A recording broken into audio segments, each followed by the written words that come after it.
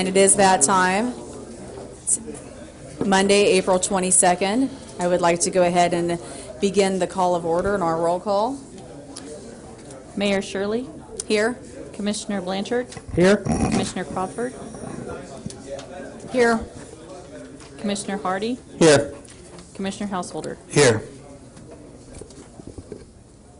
Trying to let everyone get settled out there before we can actually start speaking. For those who are able, we're going to stand up and we're going to do the Pledge of Allegiance in a moment of silence. But right before we do that, I would like to just mention keeping your thoughts a week ago in Boston about the bombings. And we did have a Salina surgeon here from Salina that did a lot of help and went out of his way to save some lives and help some people. So we'll begin with our Pledge of Allegiance. I pledge allegiance to the flag of the United States of America and to the republic for which it stands, one nation, under God, indivisible, with liberty and justice for all.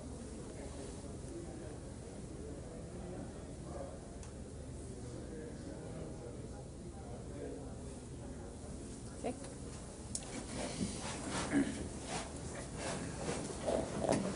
Okay, we'll go on to the Citizen Forum. This is the opportunity for anyone to come up and speak regarding an item that is not on the agenda. If anyone would like to come up and speak. Mayor, Commissioners, I want to take just a second and talk about an event that's coming up next month. I want to start talking about it today. We issued a press release for CPR, a Friends and Family CPR event, first one we've ever done community-wide. EMS Week next month is May 19th to the 25th. The theme is EMS, One Mission, One Team. And on the, let me see here. It looks like on the May 18th, we're going to have 3 sessions where we're going to be teaching CPR over at the Salina County Expo Complex 4-H building. And they can register. It'll be in the press release went out this afternoon. It will be in the paper. You'll hear more about it over the coming weeks. But it's important for people to realize that when strokes, heart attacks in particular occur, cardiac arrest, that if someone is there just to start chest compressions, they have a 60% better chance of survival if somebody just knows how to do chest compressions. And that's what this is about. Our chief of EMS, our medical officers, and our paramedics are going to be there teaching these courses, abbreviated courses to people. It'll be a great community event. Again, it's called EMS, One Mission, One Team. It'll be May the 25th will be the CPR day. Great, thank you.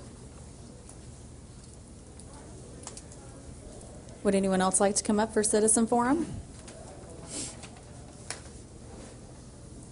Seeing none, I'll go on to awards and proclamations.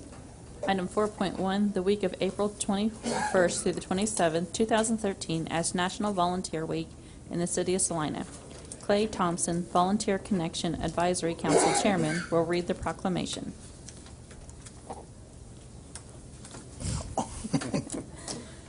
My, Clay, how you've changed. I'm sorry. Well, Clay had an appointment earlier, and so I came prepared just in case. Apparently, there was a holdup in the appointment.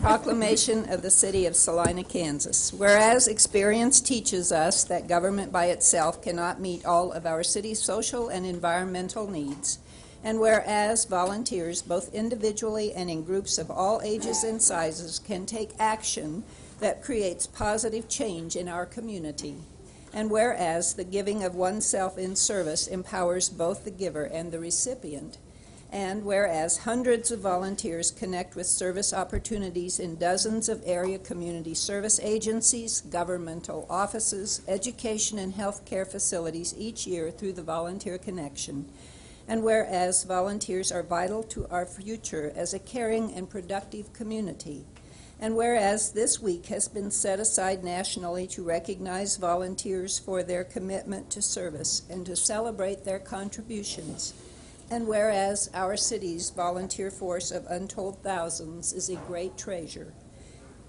Now, therefore, I, Barbara Shirley, Mayor, hereby proclaim April 21 through 27, 2013, as National Volunteer Week in Salina, Kansas, and urge my fellow citizens to honor all those who contribute their time and talents to better our community, to celebrate the many accomplishments that have resulted from their actions, and to join in reaping the rewards of service to others through volunteering. Signed this 22nd day of April 2013, Barbara Shirley, Mayor. Do you have any plans or events coming up for this? Well, actually, we kicked it off a day early, we being the Volunteer Connection and our partners, the City of Salina and Serving Salina Together, and about 150 other community volunteers joined us in Lakewood Park, and we did this third annual Spring Spruce Up, at which time 140 cubic yard, Gary, right? Dumpster, 230 cubic yards, 220 cubic yards dumpsters, 500 tires, and 30 cubic yard of tree limbs were all collected and disposed of. And so the river was also cleaned up through the park and an area of the park, which helped prepare it for the Earth Day activities the following day. So Wonderful. there is a great supplement to the Salina Journal today that would call your attention to, that highlights volunteers and their contributions to a number of our local agencies. And some of the agencies will be having special volunteer recognitions this week. Good. Great. How many tires did they say? 500. 500? Isn't that crazy? in the world all That's those in What were they that's doing there? Who was holding that many tires up What's there? all those tires in there? And that was Did you guys move a small tire store? Yeah. 500 tires? When my husband volunteered last year with the river cleanup and found a couch. Who Oh, throws a you couch wouldn't in? believe how many couches. How's it look in your living room? Watch They our cleaned up website very shabby for chic. photos. And You have some, oh, good. And what is the website for that? Well, nckvc.org. At this point, we're going to launch a new one soon, but there'll be a link to So NCK, VC as in Volunteer Connection. North Central Kansas Volunteer Connection.org. ORG, And correct. there'll be some pictures up there coming. Yes, Good. there certainly will. Oh, 500 tires. Yeah. It was amazing, Commissioners, that we had over 3 dozen tires come from one property. Oh, jeez. And the golf team from Central School was there, and they rolled up in front of this house, and 2 blocks later, they pulled another house, and there were 23 tires there. So they were our champion tire people. Are you kidding me? They were tired at the end of it. We're getting all those tires. Wow. I have your signed proclamation for you. And Mr. Thompson is in the back row. I noticed Oh, he just he- walked in. Oh, he snuck in. There he is. Yeah. You just missed it. Thank you very much. Yes, thank you, Nancy. Great job. All right, now we'll go on to public hearings and items scheduled for a certain time. Item 5.1, public hearing on resolution number 136998, authorizing the execution of an amendment to an interlocal cooperation agreement between the City of Salina and the City of Wichita, and for the issuance of certain health care facility revenue bonds by the City of Wichita in the principal amount not to exceed $110 million. Go ahead and open the hearing with this.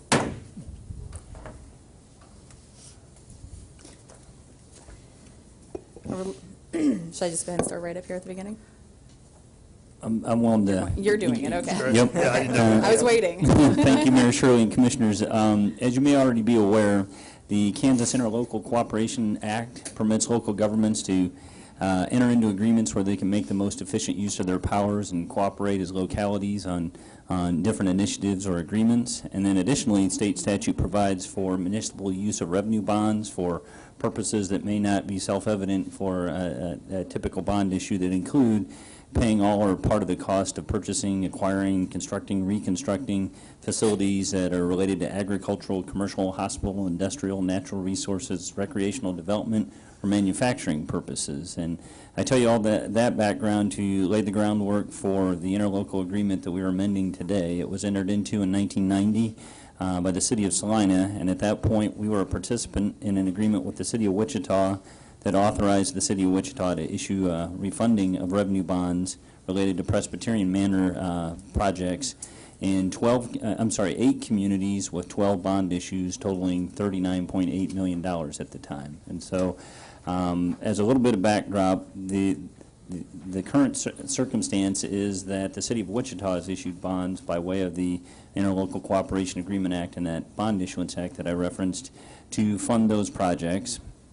And the City of Salina recently received correspondence from the City of Wichita indicating that they've been asked by Presbyterian Manor to consider refinancing those bonds that were previously issued, as well as financing additional improvement projects. And so, as a participant in that interlocal agreement, we become a party of this new project, or we have the opportunity to. So, we were initially requested to schedule the public hearing today, and we were provided supporting documentation from the City of Wichita's Bond Council, which is Gilmore and Bell, and happens to be the same Bond Council as the City of Salina. And so that's the purpose of the public hearing today, is to consider whether we wish to amend our current interlocal agreement with the City of Wichita as it relates to bond financing and authorize an extension of the time period of that agreement, authorize refinancing of the bonds that are outstanding, and then, as reported in the summary, authorize issuance of $110 million worth of bonds for that purpose, as well as roughly $34 million in construction of projects in 2013 and $20 million of additional projects in 2014, with all but roughly $7 million of those projects being in the City of Wichita. I would also point out that the benefits of a combined approach to Presbyterian Manor are that using a single issuer for the bonds represents cost savings for them by avoiding duplication of transaction costs, and they could issue bonds through the Kansas Development Finance Authority instead of the City of Wichita. That would not require the City of Salina to enter into any type of interlocal agreement, but doing so is more costly for the entire bond issue and for Presbyterian Manor. And then one question that came up when we talked about the public hearing was, the City of Salina's role, and what if we chose not to participate in this bond issuance? And it's a little bit of speculation at this point, but if we chose not to participate, the interlocal agreement that we have would stay in place. The bonds would expire or mature in 2007, and at that point, the Presbyterian Manor facilities in Salina would be released as a security on that total bond issue that the City of Wichita is working on. So it's a little bit of speculation, but not having Salina's facility as security could cause a little bit of a cost increase in Presbyterian Manor's total bond issue. With respect to a fiscal note, the City of Salina will not incur any expenses associated with this action, nor do we have any liability or financial responsibility as it relates to the bonds, and if there was some sort of default, that's a direct responsibility of Presbyterian Manor. And so it's really just kind of a cooperative venture, continuing a cooperative venture that's already in place. We did identify 3 options for your consideration as it relates to this matter. You could approve Resolution Number 136998, which authorizes the amendment to the Interlocal Cooperation Agreement and consents to the issuance of the $110 million worth of bonds. We could postpone consideration of the resolution, presumably to get additional information that you might like, or we could deny the resolution, and as I indicated, most likely that would mean that our agreement would stay in place the length of its current term, and it would cause our facility not to be a security in the overall issue.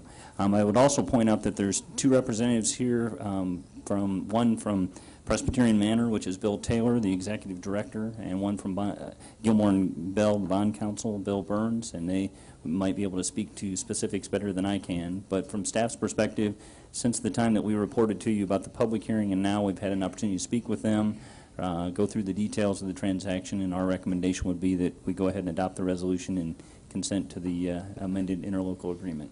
But I'd be happy to try to answer any questions that you might have, and I'm certainly the 2 gentlemen that are here on behalf of Presbyterian Manor and the City of Wichita can probably do a little bit better job in terms of the details. Commissioners, just to add a couple more aspects too, if you ask yourself, well, why would they want to do this? Why are they asking us this? Basically, if you put yourself in the shoes of a private company that has multiple geographic locations, you want to leverage your asset value of those in the transaction. This is a simpler way to do that than to have to look at each independently. So that's the benefit to them.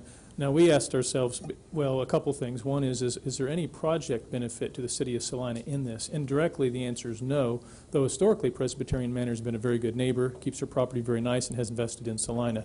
This particular project doesn't include any big investment in Salina.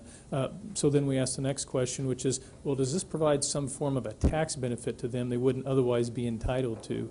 is there a benefit that we need to be aware of if we would agree to this? And the answer is no, there isn't any additional tax benefit locally to them. It's not as if you could say, well, it gives them some kind of a tax exemption into a long-term future in Salina that they wouldn't otherwise have, yet we don't get a benefit. It's nothing like that.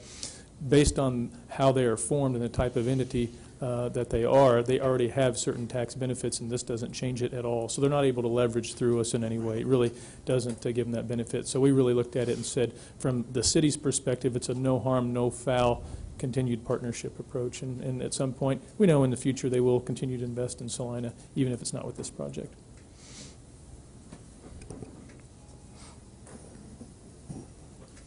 Do we have any public comment? Gentlemen that are working on this with us? Nothing? No? Okay. I didn't know if you wanted to just come up and maybe say anything about, maybe follow up or give us more insight. My name is Bill Burns. I'm an attorney with Gilmore & Bell in Kansas City, and we're representing City of Wichita as bond counsel. These gentlemen have done an excellent job of summarizing the project, so I don't know that I can add much, but Okay. happy to answer any questions. Okay, so they didn't leave anything out. Thank you. Good. No other public comments? Yeah, go ahead and close the public hearing and leave it to the commissioners. Mayor, I move that we adopt a resolution 13-6998 authorizing the execution of an amendment to the interlocal cooperation agreement between the City of Salina and the City of Wichita and the issuance of certain healthcare facilities revenue bond by the City of Wichita in the principal amount not to exceed $110 million. Second. We had a motion and a second. Everyone, sorry, this wouldn't be an ordinance, so all those in favor, correct? That's correct. Okay, all those in favor? Aye. All those opposed, same sign. Motion passes 5-0. Item 5.2, public hearing on 2012 special assessment projects. Sub-item 5.2A, second reading ordinance number 10,687, levying special assessments for improvements in the Magnolia Hills Estates Edition. Mr. Stack. Thank you, Madam Mayor and Commissioners. This is the public hearing for the 2012 special assessment projects. The City Commission received the final costs on April 1st, a few weeks ago, for this project, and then set the hearing date for today. And this is basically a 9-lot extension to a subdivision that's progressing, and 9 lots, 480 feet of street. We're in this phase 3 of Magnolia Hills. Some water, sanitary, and storm sewer was put in with this project as well.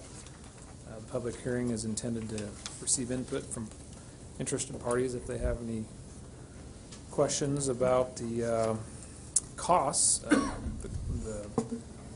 levying assessment process works for most of our residential subdivisions in Salina, so this is an annual process that we'll go through.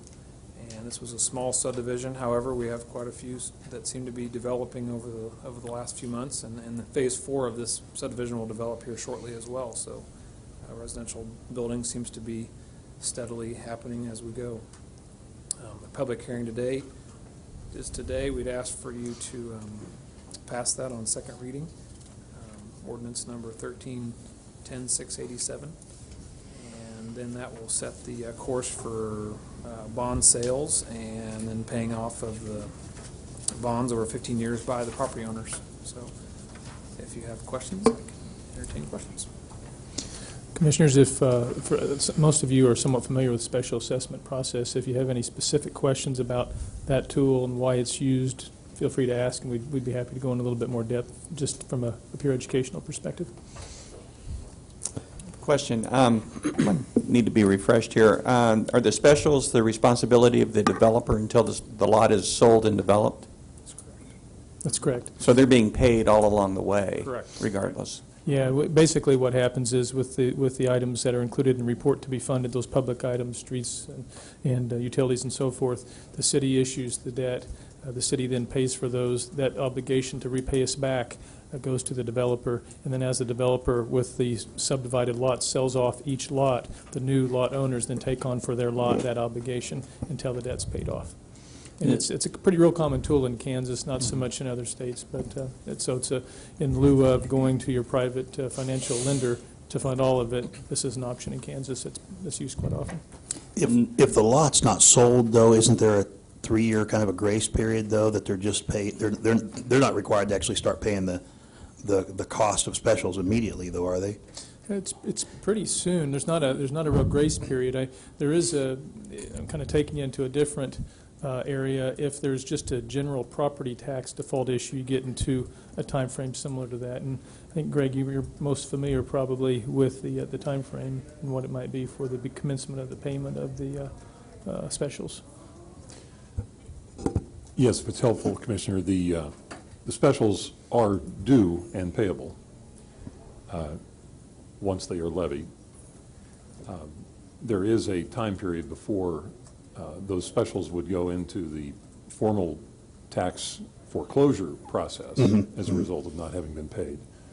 But in terms of them being due and an obligation of the property owner, they are certainly due and payable.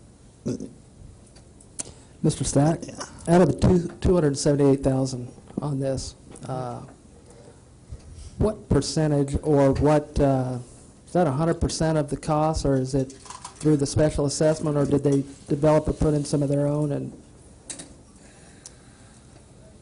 As far as we know, they charge, that's 100% of the cost. We don't know what they paid for the property to develop it or some of the behind-the-scenes type of arrangements, but they charge some of the engineering and then all of the construction costs.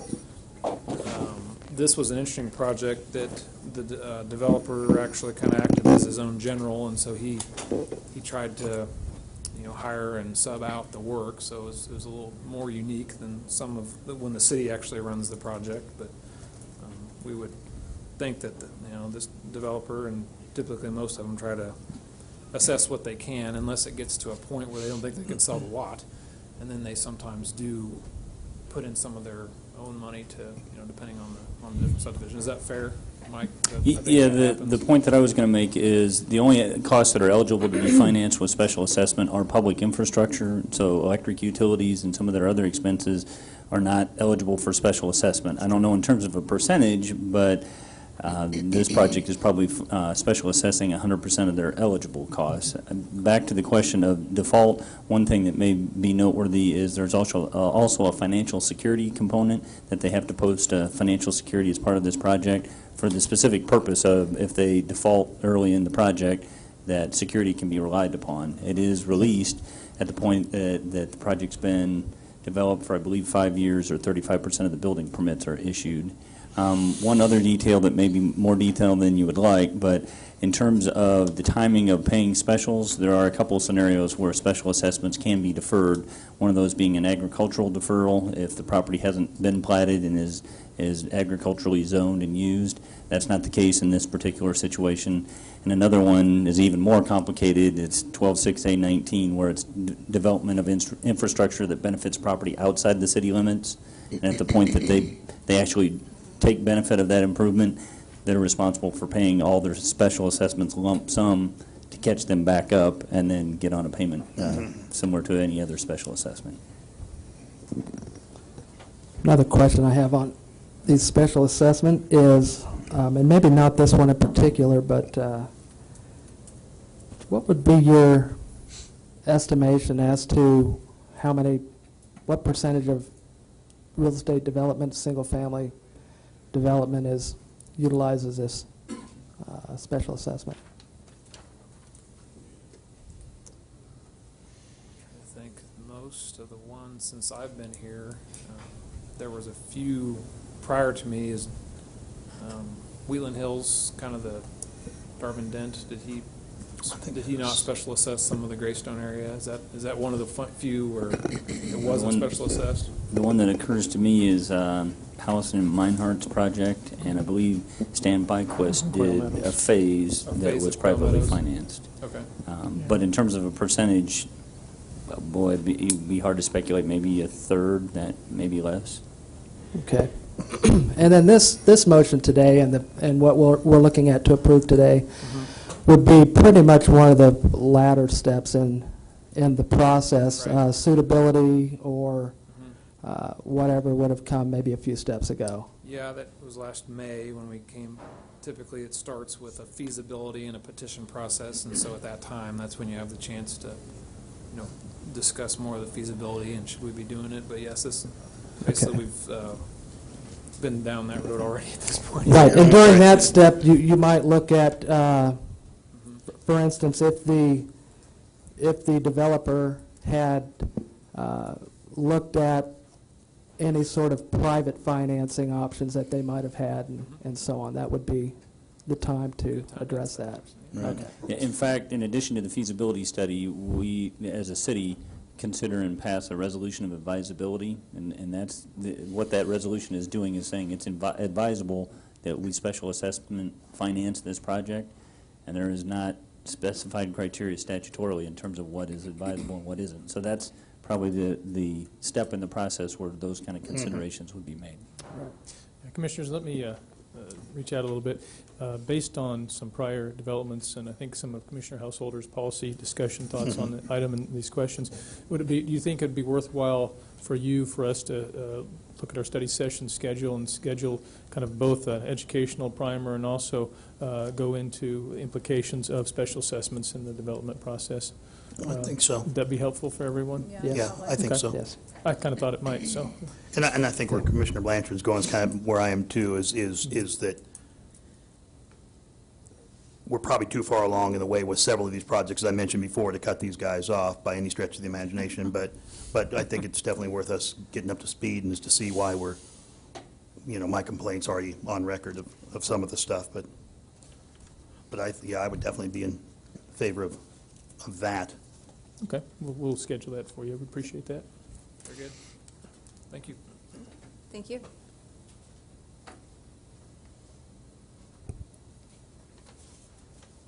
Do we have any comments from the public on this matter?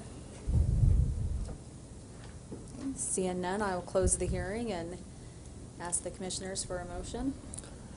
Madam Mayor, I move that we adopt on second reading ordinance number 13-10687.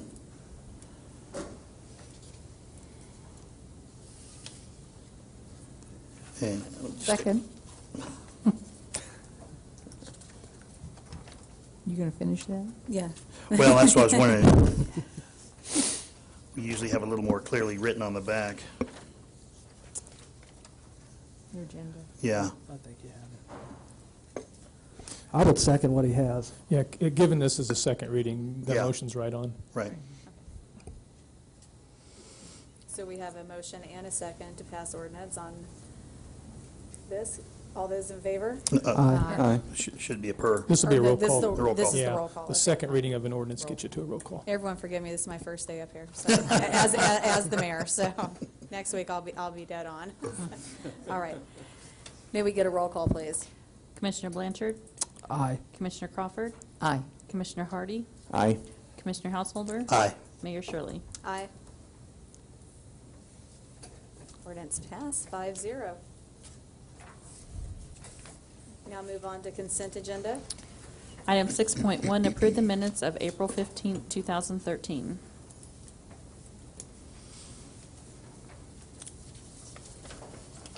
Does any commissioners have any questions or items they would like strike from the agenda? I'd move that we adopt the consent agenda as presented. Second. Okay. All those in favor of approving the consent agenda? Aye. All those opposed? Consent agenda passes 5-0. On to development business. Mr. Hobby.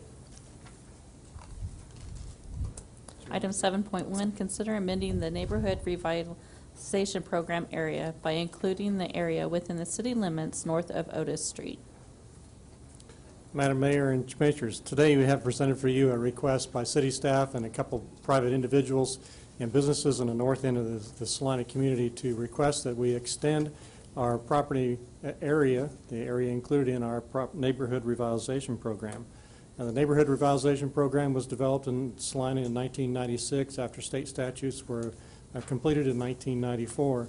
It allowed the community to have specific benefits for and incentives of giving back a portion of the tax of the property that tax would be increased from the base fee in the beginning of the tax. The actual rebate would be on the increased value of property taxes for a business in this area.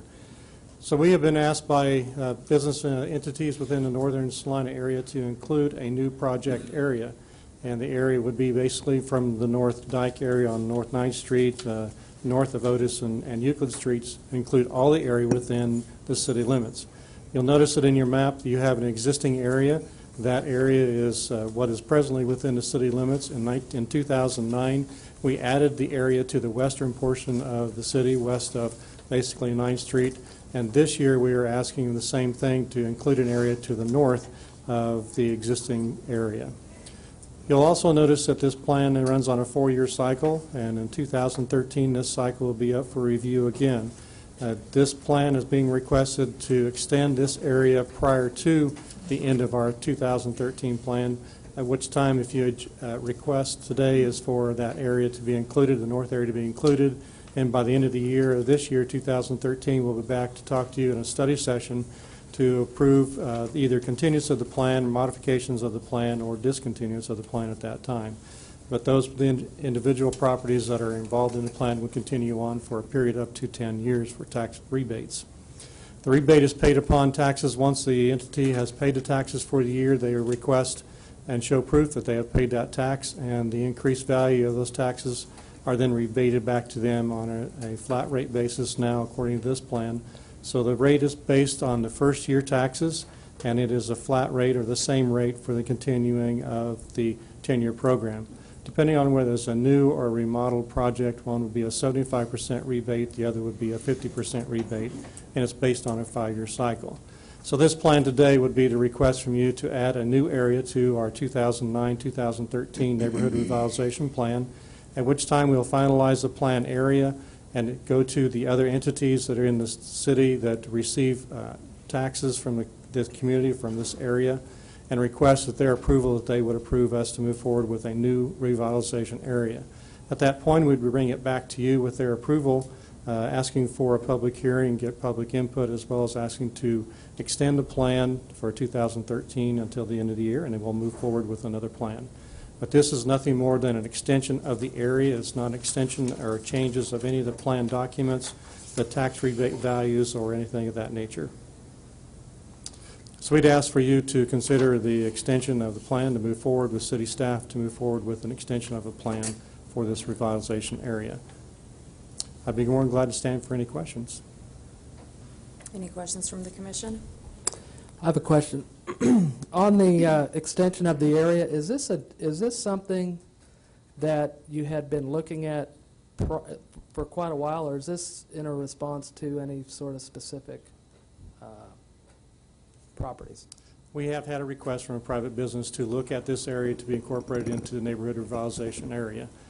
You'll notice that when you look at the map on our comprehensive plan, that a portion of this area is in our floodway area, and be assured that anybody that would reconstruct or construct within this area, that could actually, a reconstruction would be about the only thing from the dike to I-70 could be reconstructed within that area, as long as specific plans met the Corps of Engineers instructions. But that is what we've had a request by private business to look at this area and add it to our plan at this particular time.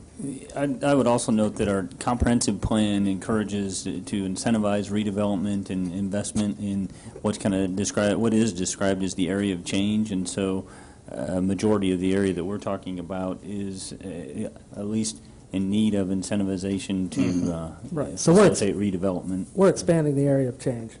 I don't know that we're amending the comp plan to do that, but I think this is consistent with identification of the floodway, as Mr. Hobby indicated, as an area that needs assistance to redevelop.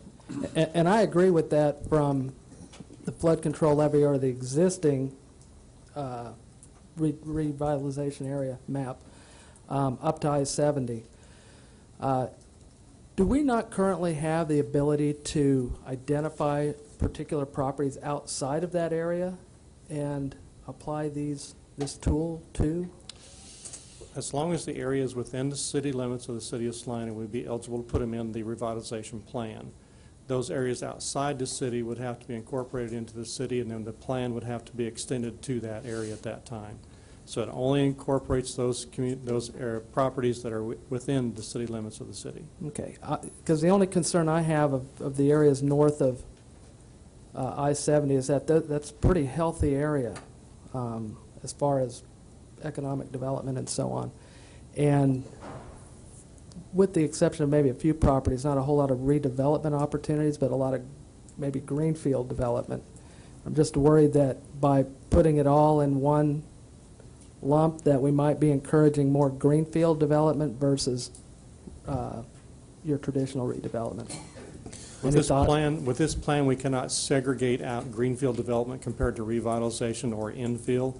It just happens to be one of the tax rebate options that are available to a city for an incentive for a business to come to our community or to fill in an area that needs to be revitalized. Yeah, I'd like to add to a good part of that on the west side, north of Diamond Drive, west side of 9th Street, north of Diamond Drive, has already gone through a kind of a planning phase with some infrastructure already installed and specials and deferred specials and things already set up in it. And it is all in the floodplain. There's a good part of any of the, I think I can pretty much safely say, and I'll expect Gary to nod, right or wrong, that a good part of any of the what would be greenfield in that area is in a floodplain area, which is not going to have quite the same demand as you know, as if you're maybe south part of Salina outside of any kind of floodplain. Wouldn't have that demand to develop. And I think most of that is in a floodplain area. That's exactly right. And it takes some very special engineering to make a project work in that area. And so restructuring, rebuilding of a structure, existing structure, is a higher priority for this type of a thing, grant in this area. Although there are a couple other businesses that are looking at doing some revitalization in that area, which may be the incentive they need to put their project into a full speed ahead type thing. Yeah, and Commissioners, with that said, what we've provided is a pretty easy approach to say, well, it stops here. There's a small part of our community left north of there. Maybe it makes sense to include it all. If you look at it and say, well, we'd maybe like to look at certain aspects of it a little bit closer, we can certainly go back and do that as well. That's pretty easy for us to do because you have the full discretion to cut that off wherever you'd like to, not necessarily include that full area. So we're very open to thoughts on that as well. Is your thought sort of like ending at I-70? Well, my thought was, because most of the area between the flood control levee and I-70 is in floodway. Mm-hmm. That's right. In the city limits. That's exactly right. I think all of it. All of the area between I-70. Right. Yes. And so it seems like there's very limited, and that's why I was asking if you could just target something specifically, because it almost seems like this.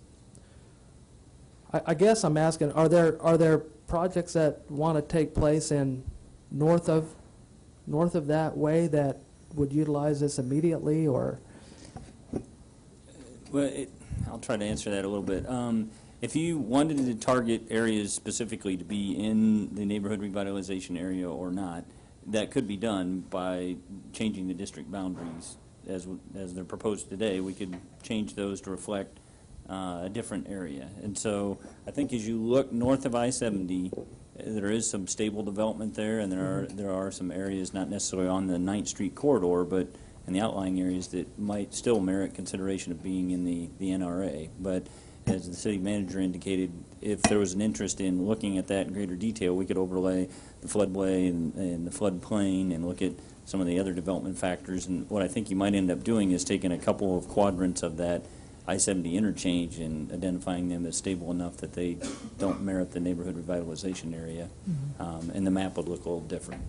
Yeah, the short answer is yes. There is a specific, and I would call it a conceptual, possible project that to speak further, we'd probably need to go and discuss it from a trade secrets perspective in executive session. Right. But this would be in response at this point to that and presumed need in some of the other areas that is not imminent today, but could be a benefit. Okay. And just so I'm clear, my concern is just that a lot of that interstate commercial property is pretty prime real estate, and if you're looking at taxable properties, I'd hate to kind of open the door open for just any tax rebate that might not be redevelopment or special consideration type projects.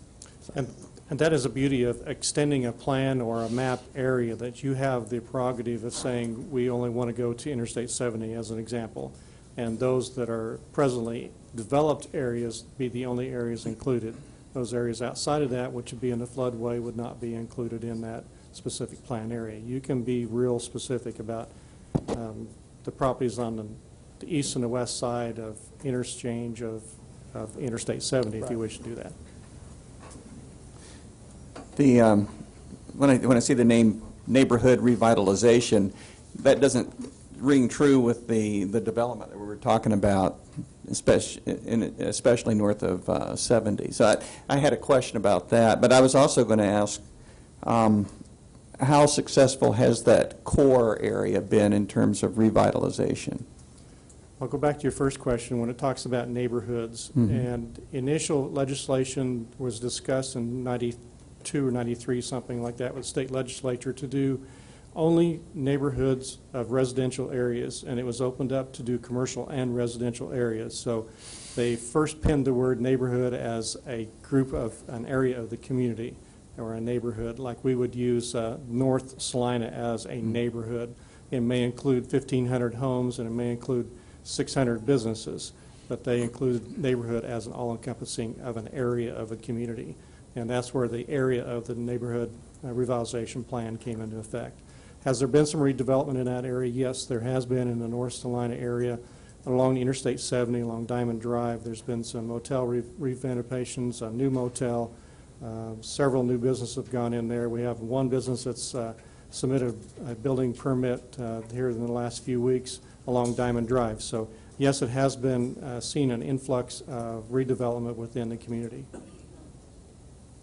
This plan would not be able to go back and retroactively put those new businesses into the plan. It would be from when we pass the new plan area forward. Yeah. Commissioners, the benefit level is different for a new type development versus a rehab of an existing. It's higher for a rehab. But I think, let me see if I'm understanding the question though. I think what you're saying is that there is a certain demand for certain types of development up around an interstate hub, and particularly if there's an area up there which doesn't have maybe some of the challenges, doesn't have floodplain, doesn't have anything else, and has the advantage of that demand as an interstate hub. Maybe it's a fast food in a particular area, something like that. It wouldn't make sense to apply this tool to that. Is that basically? That's exactly right. Would you, I think maybe the best thing for us to do, if that's a consistent a question or concern with everyone else, is to go back and take a look. The model you're seeing is, if you look at how Salina's applied the NRA in the past, it's really a geographic brush, which you can see when you look at the area change in the comprehensive plan. It's an area. In that area, there's a lot of neighborhoods and so forth that can benefit from this. There are still some areas within that area of change that may have enough demand and be suitable on their own, but we've applied a brush versus maybe a criteria, which you would say, how about that project or that development? We haven't really looked at it that way, and that's kind of the basis of the format that this has been brought to you. So if the question is, could we look more at certain qualifying factors, which right now the only thing is certain pre-selected historic properties, I believe, outside of just the paintbrush.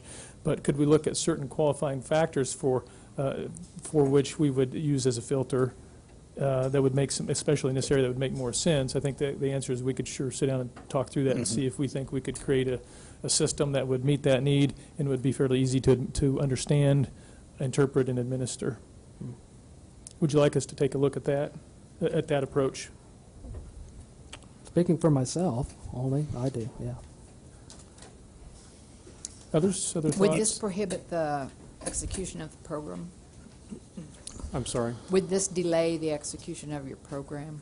I don't believe that the business that is requesting the inclusion in the plan will alter their plans any as far as moving forward. They have considerable amount of engineering and planning to do working in this floodway area already, so another few weeks to extending to making a decision would not be a problem at all. It's after this is your decision to move forward with extending the area, then we would have to go to the other taxing entities to get their approval. That would be the only delay that we'd have, is maybe a few weeks of before we would receive their approval. So unless I'm incorrect, I don't think a delay would make a major problem with the new business. Yeah, I do think, I think Gary's correct, but I do think there's probably some time sensitivity. Sure. What we would try to do is come back as quickly as we could Right. with a possible modified approach. So are we thinking more like a TIF type of, not financing, but that same sort of criteria, must be floodplain? I worry Yeah, that we that's- bog the program down a little bit, and I know that, and I definitely appreciate what Commissioner Blanchard's coming up with. If you've got an area that's valuable and there are people chomping at the bit to get it, it seems ridiculous to give them a tax break, but when we have areas of town that, for the better phrasing, nobody wants, that's kind of the idea, is we're encouraging development. If there's really no need to encourage the development, it happens naturally. It seems wasteful to the taxpayers to let them take the burden while a large business, potentially a non-locally owned one, takes tax dollars and profits and doesn't really benefit the city. I think the idea is to benefit the city from this, not to take away from it. Yeah, I agree, and there's no question this approach is the most convenient approach, but it might not always be the most on-target approach. Yeah, I think when you get into high Hopefully, the majority of commercial. the time it is, but it may not always be. Yeah, I think you're right. I think we definitely could bring you back a revised map that takes into account the floodplain and kind of the existing conditions on the ground Right. as a first step. And then, as Mr. Hobby mentioned, we're talking about a more comprehensive plan review at the end of the year. And if we wanted to start creating criteria, those criteria may apply through what's the current neighborhood revitalization area. Because, you know, if you look at that, because of the broad brush approach, we've got similar circumstances already in the existing NRA. Yeah, that's a good point. So we need a motion to revamp that. Well, I think what you could do is you could have a motion requesting us to postpone, or a motion requesting postponement of consideration to, and give us a couple of Different weeks. mapping. Yeah, a couple of weeks, we could Right. put it on the second, the next, or two regular meeting dates out, and that should give us adequate time to figure out if this is something we can peel off and address, or if it's going to be too hard with the details. Okay.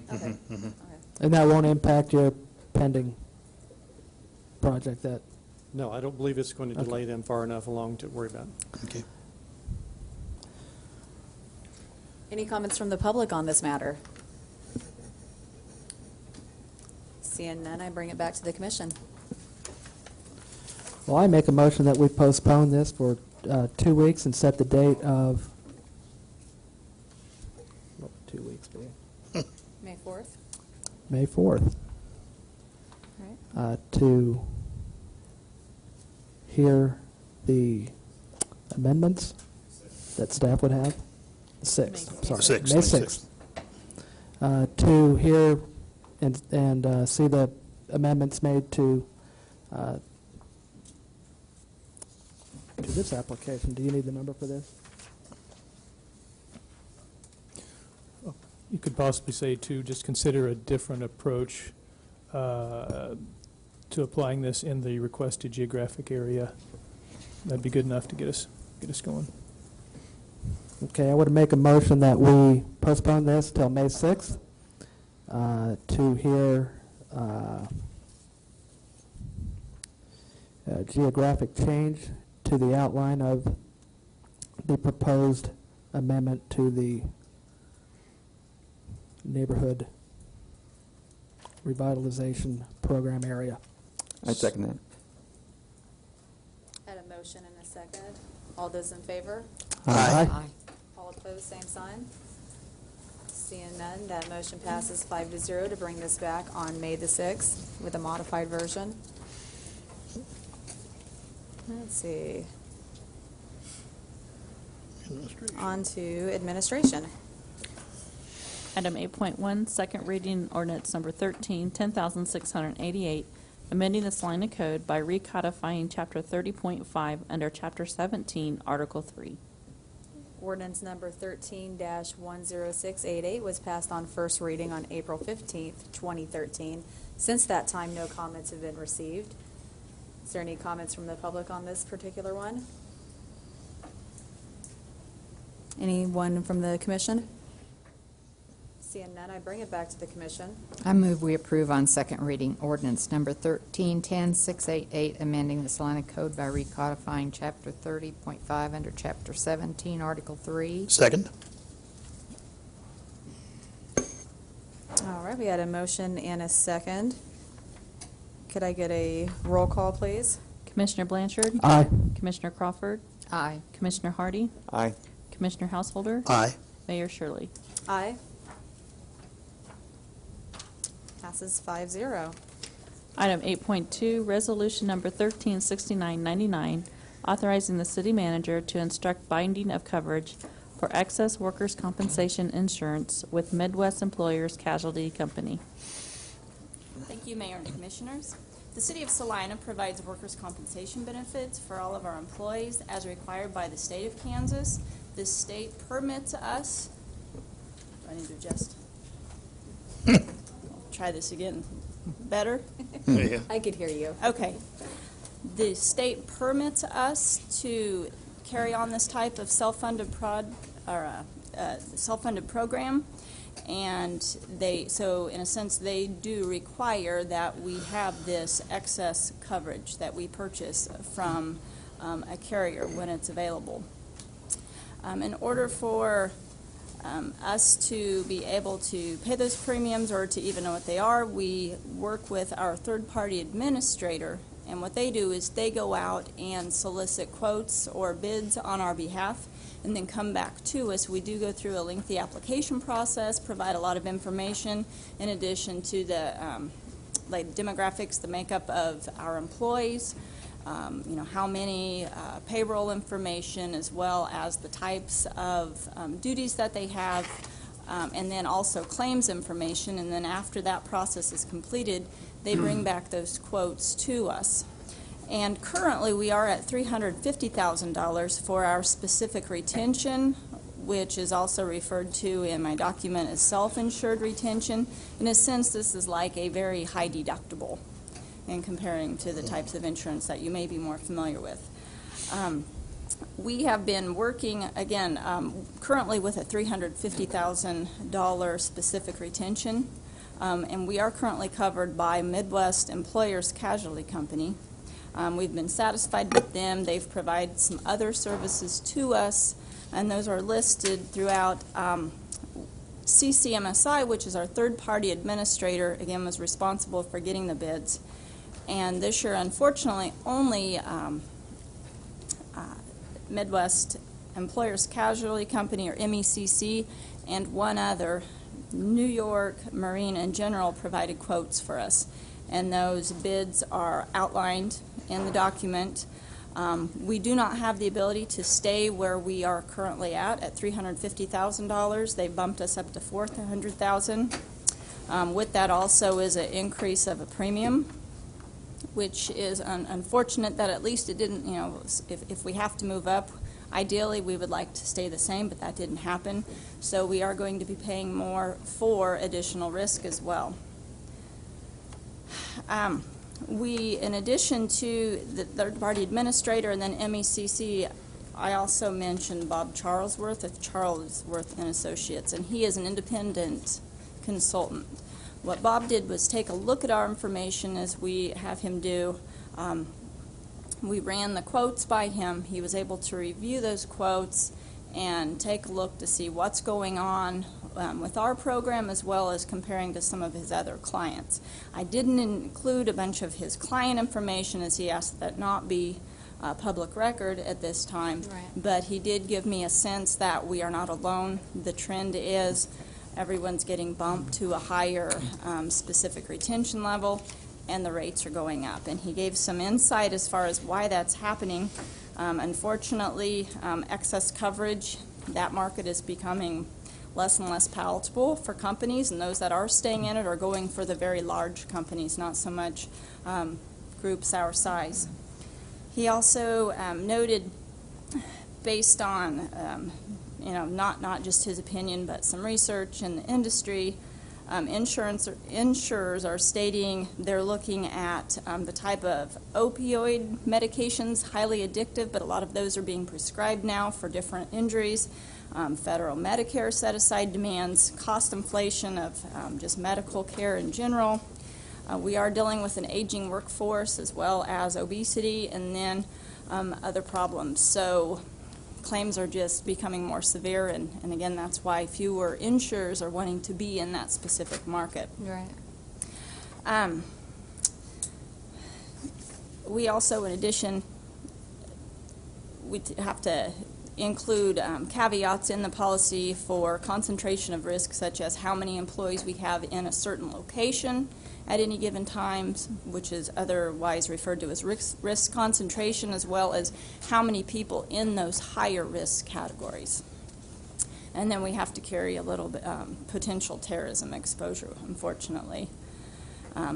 All in all, again, it's driving the increases up. Because this isn't really what's considered an ideal renewal, Mr. Charlesworth did take a look at if it would be a good idea for us to move to a trust. And the one he referenced was CARET, Kansas Eastern Regional Insurance Trusts. There are others.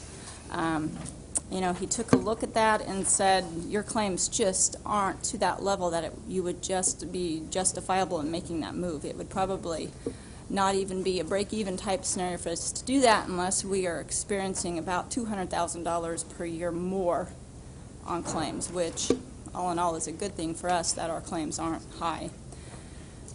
I did take a look at, I mentioned some of those that he referenced that he didn't want to be public knowledge, but I did contact a few of the other cities that I don't know if it's safe to say they're comparable, but, we use them as comparables sometimes.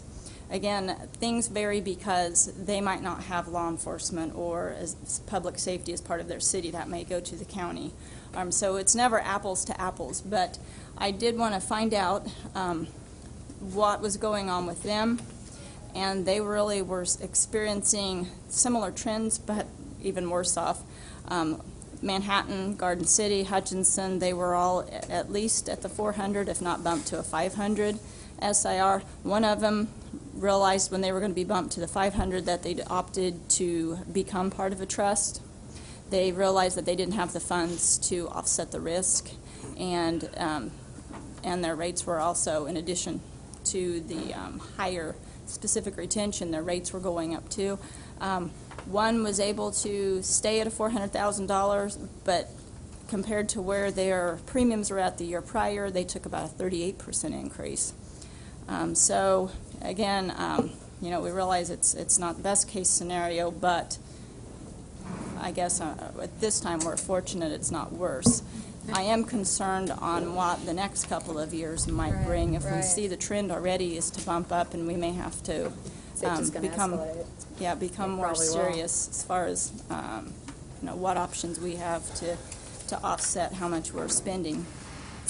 The current premiums that we pay, and I did not include this, I referenced how much of an increase we had, but currently our premiums are at $56,677.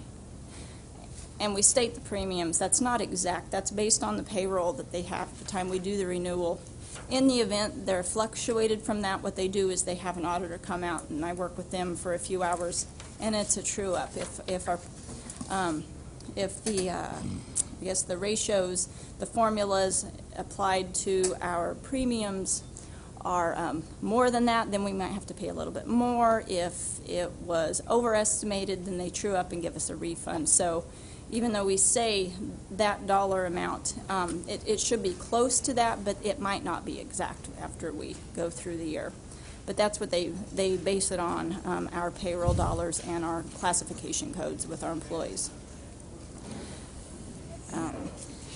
The estimated premiums for next year, we really didn't think any other option than moving to a 400. We didn't want to take on any more risk than that.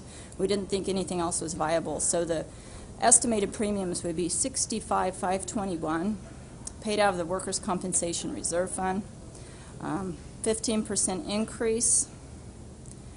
The target fund balance, $750, with $250 of that reserved for claims reserve, and then we do a $500,000 as a cash flow reserve.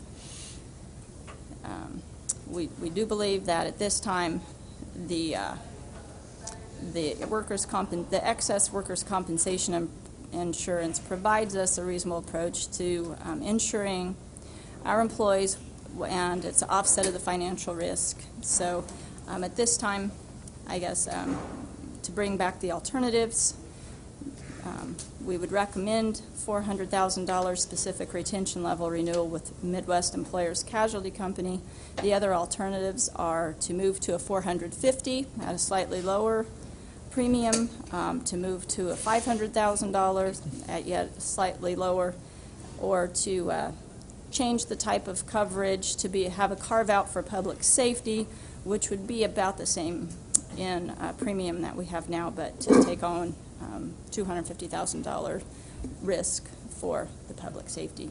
And I'd be happy to answer any questions. Any questions from the commissioners? Has there been a trend in our experience in that area? You know, I looked back, and that fluctuates a little bit in the number of claims. We always run a little bit high because our approach has been to treat the claims early. Our frequency, when we get reports back from MECC, our claims frequency is high, but our overall, we're what they consider like in that best in class because our severity is so much lower. Over the last 3 years, we have one claim that's close to that, but the 2 years prior, we hadn't hit it, and I don't think we'd hit it even the 2 years before that, looking at the 5-year trend. So we have one that may be bumping up real close, but fortunately, nothing horrible. Yeah, Commissioners, that's a good point that Natalie mentioned is we are best in class from a cost of claims. That $200,000 that says we have a reserve for $200,000, for most organizations our size, that could easily be $300,000. And one that I worked in that was comparable in size before, quite a few years ago, it was upward close to $400,000. Some of that has to do with your legal environment in your state, what you can, how you can manage those and how you can't, and a lot of it has to do with managing. And our frequency is up because it's always higher, and that is because we say report everything. We say that because it's better to know a claim and when it happened, or a potential, small minor thing that could be potentially worse than to get a surprise later and we're not able to manage it because we don't know what happened in the meantime. So we are really big on reporting. So we kind of are somewhat proud because we think we can predict why our frequency is high compared to others, but we also know why our cost is much, much lower, and it's because of how we manage it. So, in the end, it's frustrating for me because I don't like, if everything went up 15%, and our revenues go up, I don't know, 0.5%, maybe 1%, we'd be in trouble. I guess the benefit of this is we were competitive, we had our third-party advice.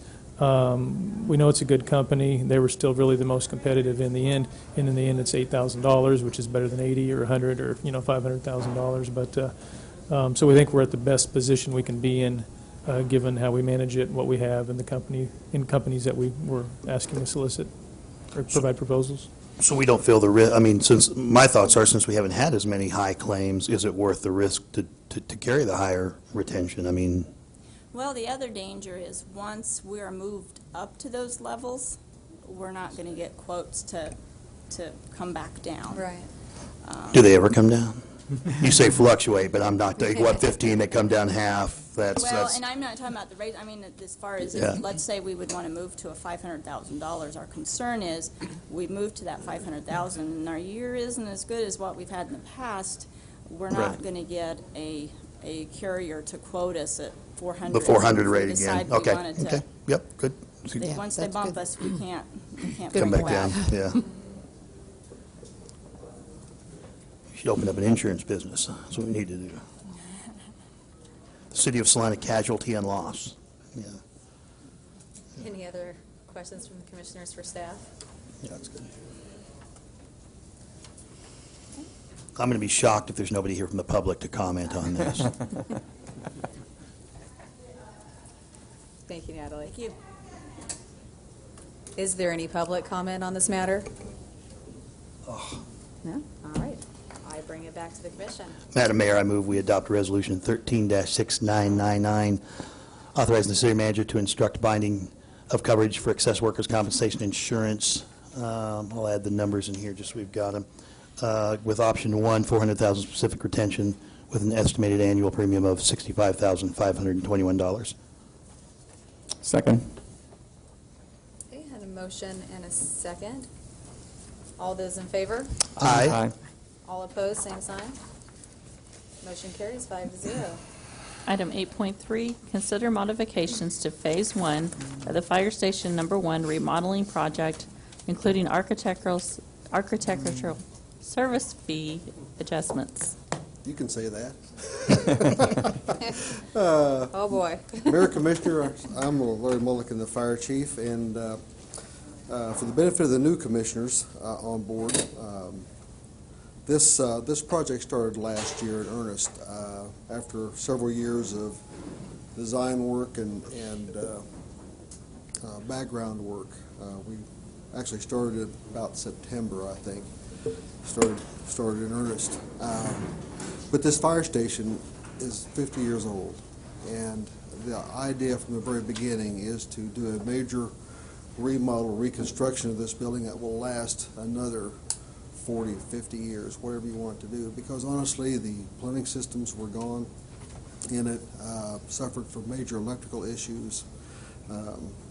Significant living conditions for the firefighters needed to be improved in several areas, and so we started out as a two-phase project. First of all, the first phase would be the upstairs, where the firefighters live, their quarters, the kitchen, day room, bunk room, that sort of thing. Plus, it would build on a second-story area with the administrative offices that you can see down the street here that's new. That would provide us with a much enlarged physical fitness workout room, provide us with another training room, provide us with another office, the new two-story area.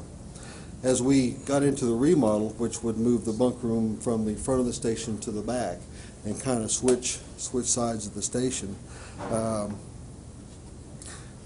it became apparent that when they started tearing into the electrical system downstairs and started looking at the installation of the HVAC system that was going to go in downstairs, we had significant issues in the administrative offices. There was issues with residential wiring, kinds of things in there. There were issues with breaker panels and other things that are very expensive. And so with that, I'm not going to go really deep into Phase 1. I kind of gave you a brief of what the goals of Phase 1 was.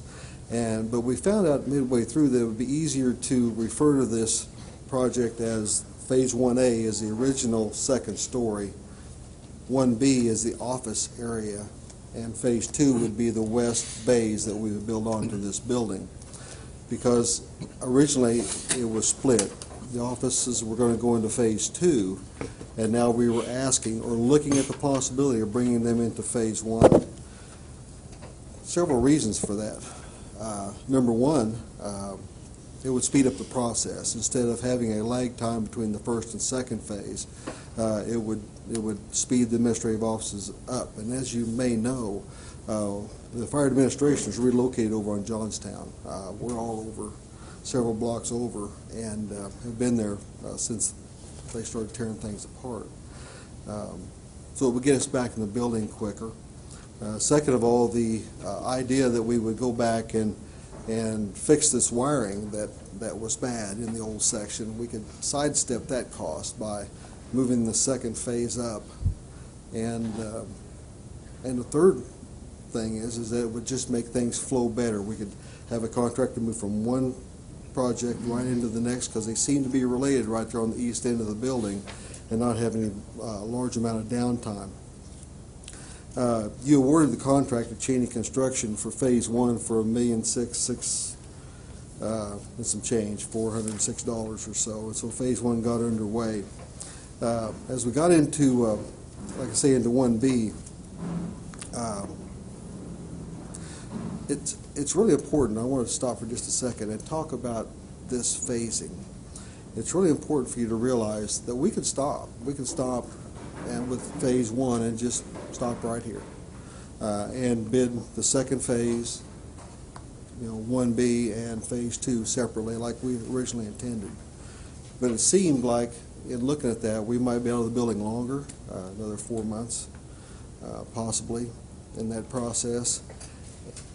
But that's up to you as commissioners. You have the option to say, go ahead with the project, depending on how you see the project, or stop and we'll bid it separately. We're presenting the options today in several areas. This is just one of them, moving this phase up. it seems to me it would benefit us as the fire department to move it up and get it done as quickly as possible, get the administration back in the building, and try to get things back in order as quickly as we can. But like I say, that's up to you to do that sort of thing, to wade through that. Phase 1B would extend the administration. There is a drawing in your packet of what 1B entails, and one of the things that might not be readily apparent to you is that we actually take an apparatus bay. We extend it to the west. We take an apparatus bay. Currently, that floor has drains in it. It's sloped, has drains in it. That floor's got to be leveled for administrative offices and have that whole area redone. It does a couple of things. Number one, it gives us some office space that we don't have. We're really tight on office space. We need more space for our people.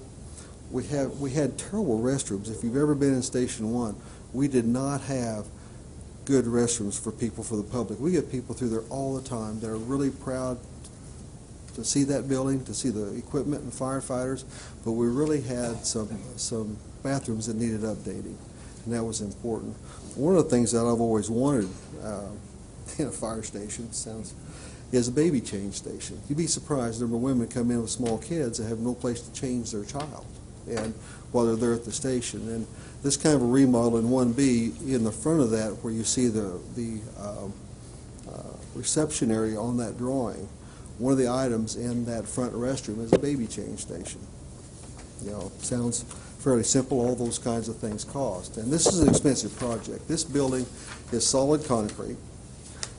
Anywhere that you go in this building, it's very difficult to get from point A to point B because of the concrete, and it's built to last a very long time.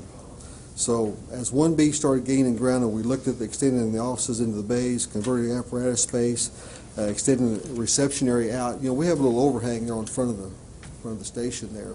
We're going to take advantage of that little overhang. We're going to extend the reception area out where people have a place to sit. Right now you walk into our administrative offices, there's no place for you to sit except in the hallway. And it seems to me like we could take advantage of that little overhang, incorporate that into the reception area, and provide a really nice place when people visit or have business to conduct in the fire marshal's office. One of the things that you notice in that plan, in that office layout, is the fire marshal's office is there towards the front because a lot of our business is done through the fire marshal's office, and plans review and things like that, so they don't have to journey back into the offices. It's right there in front. That gives you an idea, a little bit of an idea about where we're going. The thing that's important at this point is that even though we're extending this offices into a bay and taking a bay, Phase 2 will become critical. It will be critical to the city and to the station that we build the bays in Phase 2 onto the west end. Here we need to recapture space to bring the apparatus back. Right now, I have Battalion Chief David Turner and Calvin Kelsey are with me today. We've redeployed some equipment out of Station 1 temporarily to reduce the personnel, to make it easier to work, to relocate the apparatus so we don't have to do so much shuffling around, things of that nature, and the contractor is much freer. They've done a great job. I commend all three of the chief officers, all three of the battalion chiefs actually, for doing that sort of thing. We need to get that apparatus back though. We need to get Rescue 1 back from Station 3 back into the station. Only way you're going to do that is by building those apparatus bays on in the future, and that's something that you'll get a chance to look at as we move this project forward. Well, I want to draw your attention first of all to Table 1, which I think is on page 3. In Table 1 on page 3, we tried to provide you exactly a mirror image of what was discussed on the 18th. In the left-hand column, you see the architect's estimate and other costs. You see a line item savings of $74,000. You see a contingency construction fee of $50,000. You see an architectural design fee of $34,000.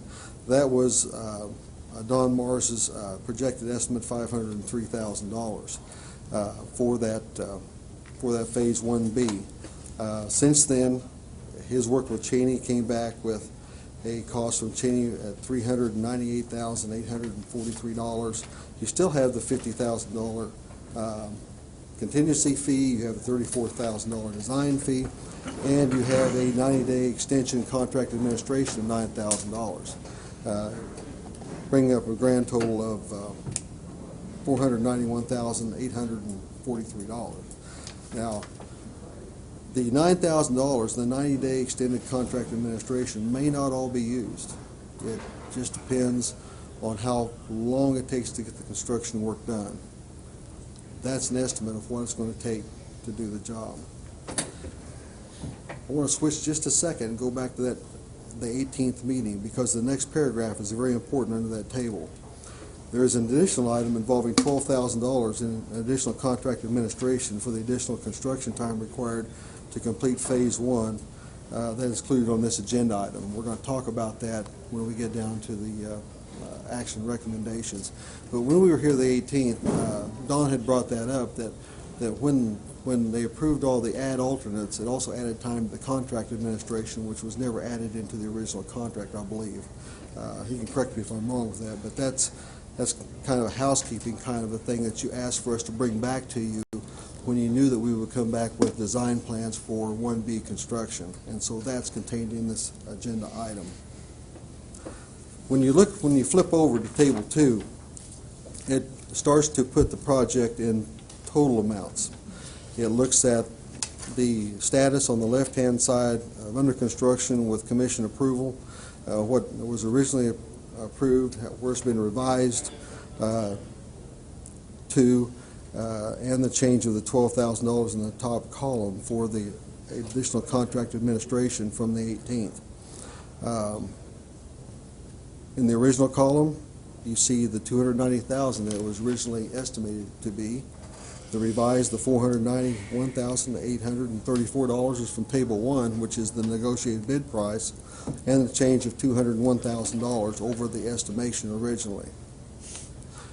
In the third line, the CIP conceptual, we had thought that it would take close to $800,000. You see $790,000 to build those two bays onto the west. It may or may not take that much. We are no further than just the conceptual idea of what those two bays will entail. So those are not hard dollar figures out there. Just realize that. I think it's important that as we work through this, that you're comfortable with our process and trying to get through this building. Like I say, this building has got a number of issues with it. It's got systems that have to be updated, and we ran across a situation involving the windows. And I'll have Donnie come up in just a minute, and you can walk him back through any of these tables and dollar figures and things of that nature. But I want to talk just for a second about some of the, like the window replacement. We looked at these windows in the station originally in 2009. And at that time, a few of them have failed. A few of them wasn't doing too bad. But one of the things that's very apparent, since we've done the drawings, done all the construction drawings, and they have the finished work going into the windows, we have one opportunity to replace these windows right now. If we don't replace the windows on the second story right now, then we run the cost of, if they in the future fail, we'll have to go in there and tear out some of the finished work that's been done here to get the windows replaced, because they're aluminum framed windows. One of the things that I asked for, in fact, I asked Chief Turner to do, he called one of the window companies here in town, and the gentleman wrote a very nice letter as far as why windows should be replaced. One of the things that he said, it goes in and says, the double pane insulated units have been in place for years and are approaching the end of their life. This will be evident by the white film that accumulates on the inside of the units when the seal breaks. These do not have a thermal break in them, meaning that the aluminum extrusion that's there holding the window in place has no insulator to keep hot from transferring or cold from one side to the other. So the windows ice up and they sweat and they're starting to fail. Today, as opposed to 2009, it would seem to make sense for us to look at replacing these windows right now while we have the second floor tore up, we have everything tore out. If you want it to be good for another good number of years, 30, 40 years, we need to make the investment now in doing this project, just for your consideration. If you choose not to, I'm fine with that too. But I want to give you the best options in dealing with this building. The other thing that we run into, if we did this every day, we'd be pretty good at this. We don't build buildings very often, you know. You would hire me as your contractor, I'm sure. But I would tell you this, that if we were building a second building, we'd be a lot smarter. And we've made some mistakes already in this building, and to be quite honest with you. Give you an example. We have some units that you approved, some custom standalone bunk units for our firefighters. Very good. I mean, they're great units that Don worked on, and we've worked with him in designing door and drawer heights and things like that will accommodate their gear and work for them. The one thing we didn't catch on it is the doors themselves are a laminate material. There's a laminate material on the door that's going to be a real issue. And so what we wanted to look at was the possibility and Chief Kelsey brought this up. He said, Chief, he says, you know, he said for the benefit, we need to look at going to solid wood doors, because that way if they're dinged or tore up, we can touch them up and they'll always look good. The problem we have with laminate, you can go out to our other stations and take a look, is that laminate over a period of time chips and peels and the edges come loose, and when it breaks, we can't get any more laminate for it. The laminate's out of style. It's out of style and it's antiquated, things of that nature. And I thought Chief Kelsey and the rest of the firefighters that brought that up had a really good point, and so they're requesting in a change order. And I think we've got the money internally within the funds that we currently have to handle that kind of a change from laminate to wood. But those are some of the issues we bump up against. And like I say, when we were looking at the prints, when Chief Kelsey and myself and other people were looking at the prints, we didn't pick up on the fact that the doors were a laminate material, that they weren't solid wood. That's my mistake and our mistake and mine primarily. So with that, I'm going to ask Donnie to come up here and talk a little bit about the project, moving into 1B, answer any questions you might have. Rod France will talk about the fiscal note that's here. And then I think on the end of it, I think I will come back and talk about the action items that are here for you, since I'm the architect of this. Okay, so you said when you saw the plans that you did not notice that the doors were laminate, but you also said you're not a contractor. That's very right. Was there ever a discussion between the architect or the contractor and you about the door material or any of these other things that might have been thought differently? I guess the best way to handle that is yes, we talked about the units, we talked about the height, the style, but we never talked really about the laminate material itself. Would that be fair, Calvin? So much? And so that's one of the things that happened in this project. I think it's a great project from my vantage point, in the fact that the administration, we never drew a line upstairs. The battalion chiefs, the captains, and the firefighters designed that upstairs. They designed it for the space allocations. My job was to look over the whole thing and see if there's anything that's out of place, if there's something that's over the line a little bit, to keep it prudent, to keep it within reason, and you know, to make it a really nice facility for our personnel. So we did that sort of thing. The idea that we didn't know that was laminate was my failing. That's my failing, not Chief Kelsey's. I did not ask the question, are those doors laminate or are they wood? Mm-hmm. I didn't ask them. Yeah, yeah, and I don't know if there ever is a conversation among people to say, okay, these doors will be wood or laminate or whatever, and then you can say, oh, wait a minute. Mm-hmm. Yeah. So that kind of thing didn't happen. Well, I just don't think the light bulb turned on for us. I think that if we did it again, it would be a different outcome on that line. But it's not anything that can't be corrected within the funds that we currently have. I just want you to realize that we have these changes as we go through. In fact, Chief Kelsey and the rest of them, when they pick out we have allowances in this project. And when they pick out something that's less costly, it saves us money. We haven't gone over, I don't think we've gone over any of the allowances to date. In fact, I think we only have one formal change order in place right now, and actually this first phase is really under budget, more than I thought it would be at this point. Byron Erickson, the building superintendent for the city, can probably talk to that, about where this project stands today. But I believe that we're probably under budget a little bit on what we call Phase 1A. Certainly, Phase 1B is going to go more than what we anticipated. It's going to be over budget somewhat, you know. But anybody that's in the remodel business will tell you that, and it happens to me at home too. You start remodeling something, there's things that crop up that you don't expect. And honestly, again, I should have raised an issue with the contingency. I think the contingency was too low getting into this. Now, we've only used it on one item so far, and these doors are probably another one that we might be able to work with. But we started off with a contingency of I think it was $80,000, I think, in this first phase. Normally on a building, contingencies will run anywhere from 5 to 15%. I think we should have started at 10% instead of 5, but that's just me looking in hindsight, I guess. You know, I got pretty good vision that way, so that'll be right. Donnie, you want to come up and talk about the project? Commissioners, well, Don's coming up. A couple things on this. Some of the stuff that Larry mentioned are kind of small things you're going to have in a project. And one of the things we looked at, and we don't know yet what might be left from the allowances because we have to get the project over with.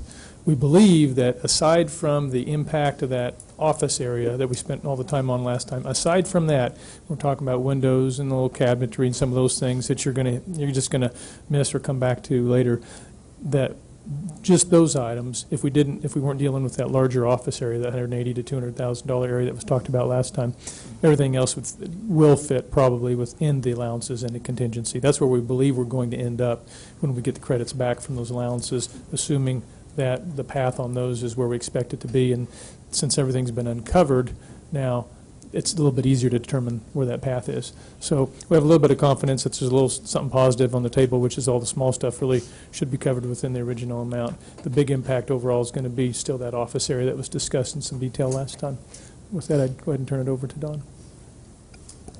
Thank you, Commissioners. I think the Chief did a very good job explaining what is happening on the project from a construction perspective. If we weren't changing the scope of work, as Jason said, we're within our budget. We're there, and we'll finish under budget. It's the fact that we're wanting to change the way we're doing things, and those ideas are being brought to you as we move forward. For the benefit of the Commission, 2009 is when I started working on this project. I don't believe any of you were commissioners at that point in time. We did an initial building assessment, and that assessment determined how we were going to go about this project, what windows were being replaced and what windows weren't, how we were handling the design, how the project was going together. That initial design and initial cost estimate became the basis for what the project was built on. We finished our drawings and specifications, and they were turned over to the city for review, and they set for a little over a year before the project was actually brought back to us to proceed. The whole issue with regard to laminate cabinets. You're sitting behind a dais that is basically laminate cabinetry. Most commercial things, if you go 5-6 years ago, laminate was the way most commercial projects were dealt with. I would say today that's changing because the laminate industry has changed significantly, and we're seeing more and more wood cabinetry. So the shift between laminate and wood, I agree with what the Chief is saying. Wood is better. Laminate is more cost effective. We were in a cost savings mode back when this project was put together in 2009, 2010. It was brought to the Commission originally with 9 different alternates, which allowed the Commission to decide how they spent the money to come up with the final budget. The windows that we're talking about now, the existing windows that are there on the second floor, they're commercial grade windows. They have 1-inch insulated glass. We changed the glass out with the same glass that's there now.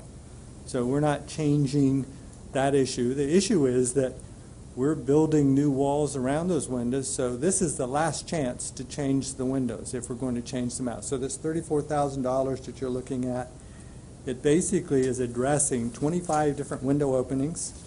And those window openings are from either 1 pane of glass to 3 panes of glass. So there's 25 window units throughout those openings that we're doing. I guess there's 11 openings, there's 25 windows. So if you want to determine cost, you have about $1,266 an opening. They vary in size, but they're relatively close. So if we're dealing with the glass and if we're dealing with maintenance on glass, what's it cost to replace the glass? The glass is running between $12 and $20 a square foot, depending on the physical size of the opening. Smaller opening, the glass cost is going to be higher. Larger opening is going to be a little bit less. If you average that out on these units, you're dealing with about $300 an opening for glass if we were to replace all of the glass. So it's about $7,500 versus the $31,662.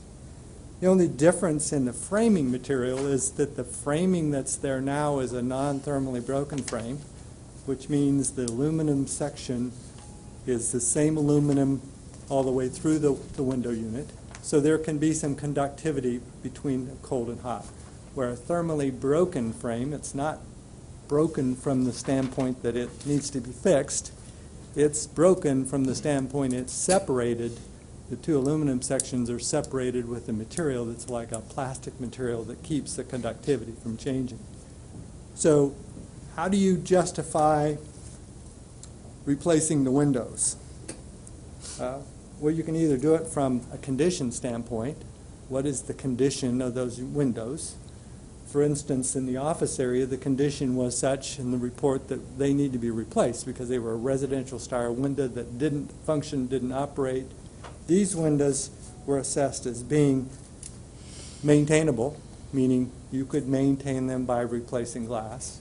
The other reason you change them would be configuration. Is the window configuration, the physical opening, if you got a 5-foot by 11-foot opening, you're going to break it up with 3 window sections, and you're using that as a residential dormitory area now versus a meeting area, would you break that window opening up differently, having, say, a single fixed opening and then 2 operable sections? I mean, so there's some configuration issues here that comes into play.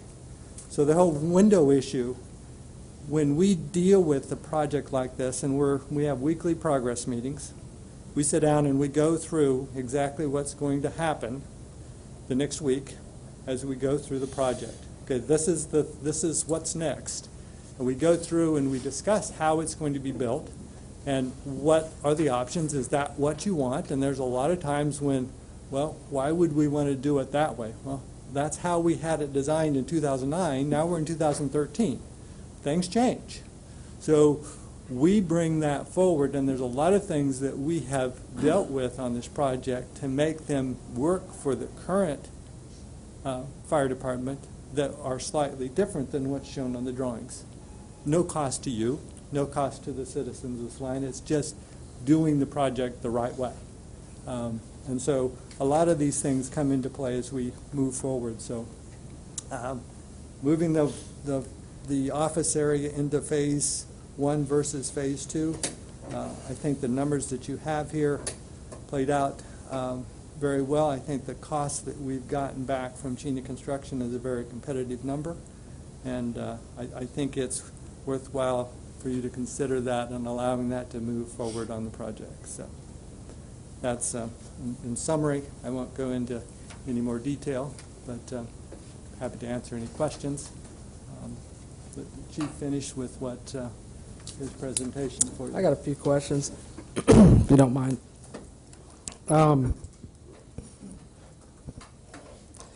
was present at some of the other meetings that when kind of all these changes came up, so I'm a little bit familiar with kind of the process, so I won't go back through the office and all that stuff. But the few things that are kind of new are the cabinetry and the windows. Mm-hmm. And you've addressed kind of some of the window stuff, but in the design process of this thing, when you were designing the whole thing out, did you think that the best way to do this would be to do it with all brand new windows that may last 40 years, or was that a consideration that you gave anybody the option of, or? Our job was to review the building mm-hmm. and determine the condition of the various components throughout the building, and we did that. Okay. And there were some windows that we said had to be replaced because of their conditions. There's other windows we felt from a cost perspective it was more feasible to maintain them. So was the So when you were making the drawings and the specs and the bid documents, did you, for some of those other windows, did you spec just glass replacement, or was there just nothing on those? On the windows that are being totally replaced, they're being totally replaced. There are window units that are remaining as they currently are, and there are window units that are being changed out and upgraded. And so you have to look through the project to determine what windows are being replaced and what windows are not. But that was all defined in our drawings and specifications from the beginning. So if you sit down and reviewed the drawings and specifications, you would understand what windows were and what the condition of those windows were and how they were being handled through the project. Now, was that done because it's a remodel, or in general, would you take those and say some of these windows ought to be, it just seems to me that, do they all match? Are they all the same material? Do they look the same? Architecturally speaking and aesthetically, I would hope that they all would be, you wouldn't be able to differentiate them. Is that the case, or? If you go look at the building currently and look at the drawings and see, for instance, in the hose tower on the west side of the building, there are window units that are in openings that were used for fire rescue, for different training, that are the old steel-framed windows. And there's no reason to change those out. They're in unoccupied spaces. Those units are there. We're painting those areas, but from the standpoint of purely spending the money to tear all of that out and put windows back in that opening, we had a budget we were working with. So you look at the budget and you look at the items and you decide how that has to go together. There has to be give and take in the whole process of putting things together.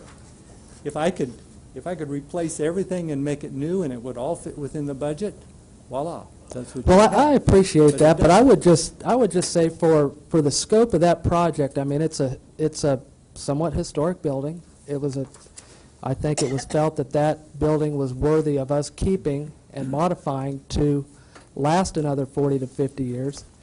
I would think that there would be a conversation that said, let's do this thing, let's design this in a way, or at least from a conceptual standpoint, say, this is what we're thinking conceptually. Let's look big, and then let's look if we just have the minimal amount of money to spend, let's do that. I'm just curious why, in the conceptual stage, the conversation wasn't had of, let's replace all the windows, let's get this thing completely modernized, let's do full 3/4-inch solid wood doors, because I've been in several police station or fire station meal prep areas and so on, and I'll guarantee you they're all solid wood 3/4-inch oak, because that's what lasts. And so my guess is that during the conceptual phase, that would be when you throw out let's look at the big picture. I'm just curious if that happened. That happened. The design happened. The design was reviewed. The design was passed forward to the city for review and approval. All of those things were outlined. To go through the review process that took place over the year that the drawings sat at the city, it wouldn't be me that you should be asking those questions. It should be city staff as far as what the review process was. We put the design together, we put the documents together, and then they were reviewed and approved for us to move forward. It wasn't our approval that they were receiving, it was the approval of the city. I'm just asking you because you are the consultant, and the other people here are the fire chief and the building official, and they're not. And I think the chief said it correctly, and it is. I think they'd do a lot better if they built another fire station, but they're in the fire protection business, and so that's why we trust you to consult on their behalf and get their ideas put across so that the building gets built in the best fashion for the community. I believe we have done that. Okay. Commissioner, just to add one thing to that item, we had a pretty long discussion this morning about some of the same questions, really. And one of the factors I think Don can provide can better elaborate than I can, but I think one of the things that he looked at was the impact of the number of failing windows and what was causing them to fail roughly 3 years ago versus today. Now, I would tell you from a staff perspective, the chief can tell you, our guys would totally agree, as I would just from a layman's perspective, yeah, it makes sense. We've got a project, replace all the windows. Then you do bring it into a budget and try to weigh all the value to those decisions. And what Don did as architect was try to look at that time, but I think there are more windows now that are in need of more work or replacement than there even were at that time, and I think that may actually tip the scale a little bit, and that's just one factor that hasn't been alluded to that we discussed this morning. Any other questions? Well, it seems to me, and maybe that's where you were going, that, and we'll come back to the budget, whether you're in budget or not, and I'll have you clarify that for me, but it seems to me, kind of what you were saying, is that all of these items are coming on the backside. You're saying they were discussed up front, and everybody said, oh, let's not worry about it, but here we are on the backside, and now all of a sudden everybody says, oh, these windows we discussed up front, we now want or need. And I'm with you. I'm thinking, why was it not needed then, and now all of a sudden we need it? You know, on one hand, I'm hearing, we didn't really realize they were like this until we got started. And on the other hand, I'm hearing, well, we talked about that in the beginning, and nobody wanted them. And I mean, am I mishearing something, or? No, I think what the process of what was included and what wasn't, we sit down on a weekly basis and go through where we're at on the project. And when it comes, for instance, on the millwork and the cabinetry, we sit down and we said, okay, this is what has been designed. This is what we're getting in these areas. Before we approve the shop drawings, we need to go through and make sure that you understand what you're getting again. So we review everything that took place 5 years ago and said, okay, this is the way it is. We make, there's proposed adjustments to be made. So we're doing our due diligence in bringing it back and saying, this is what was included. Now, if you're going to make changes, those changes are either going to cost something, either add or deduct to the project, because you don't make changes that don't add and deduct to the project. So we go through this process of trying to come up with what is best 5 years down the road or 4 years down the road, and so there's cost involved if we do that. There's been a lot of things we've done where there's not been any cost involved. And so we go through the process to try to get the very best project we can in the dollar budget that we have to spend. And so that's how this comes to play, the window issue. Okay, we're in this situation. This is the last opportunity on the windows. The decisions were, prior to today, to do XYZ.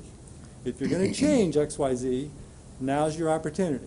So the question was, well, okay, how much is it going to cost if we replace those windows? So we go out and get you a number that says to change those windows, to replace them, to do them differently than what we're showing you is going to cost you this many dollars. Now, it's you asked, we give you the number. Now it's your decision as to whether you say yes or no to it. In your professional opinion, then, would it be better to replace the windows or just reglass them? You had mentioned that there was two options. In your professional opinion. In my professional opinion, the windows are still maintainable in their current condition if you're purely looking at it from a dollar and cent standpoint. If you're looking at it from a new-old standpoint, then the new is obviously better than the old. At the time that we did this, it was the $34,000 you're talking about. You haven't spent that money yet. You haven't allocated that money yet. So we're telling you, if you want this new, you can get it new. We can maintain it. It can be maintained. Either way, it works on the project, new or old. This is more of a decision on your part as to whether you want the windows replaced or whether you want them maintained. Are you talking about maintainable for 30 to 40 more years? Yes, they're anodized aluminum windows.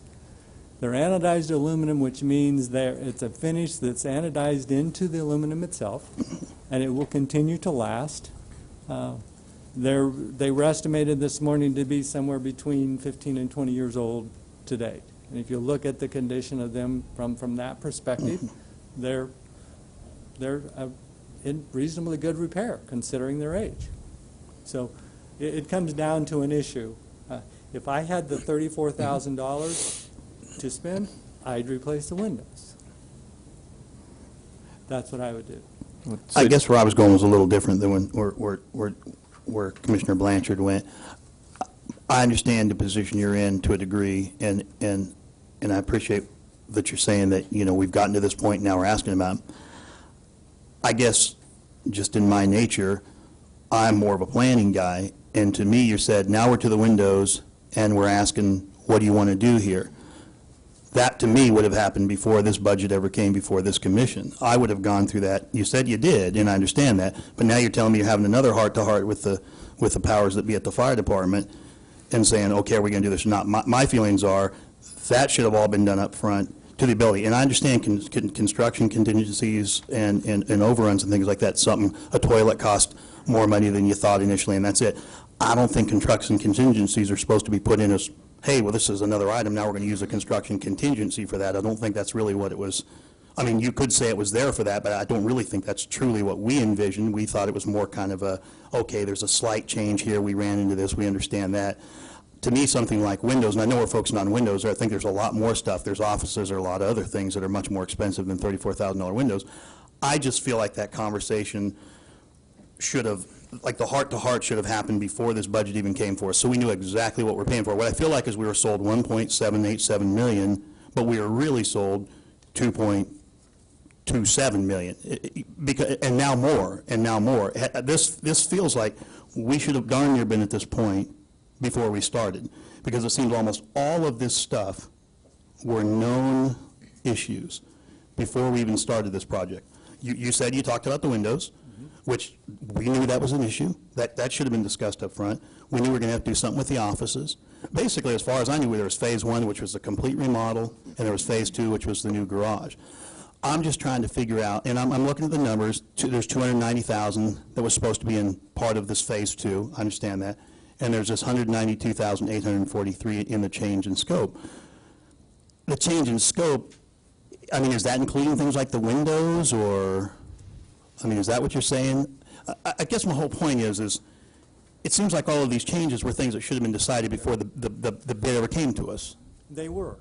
Yeah. There's a set of drawings here and a set of specifications that defined what was included in that $1,662,406 price. Okay? So the decisions that went in, which are thousands of decisions, that went into this set of drawings and this set of the specs that went with that, those decisions were not done in my office behind closed doors. They were done through a process that took several years, and those decisions are all included in here. So the decisions about what was happening with the windows didn't just show up last week. Sure. It's been there from the beginning. So if you wanted to see what was going to happen to the windows, you could have gone to this set of drawings and specifications, opened them up and said, oh, this is what was decided on the windows.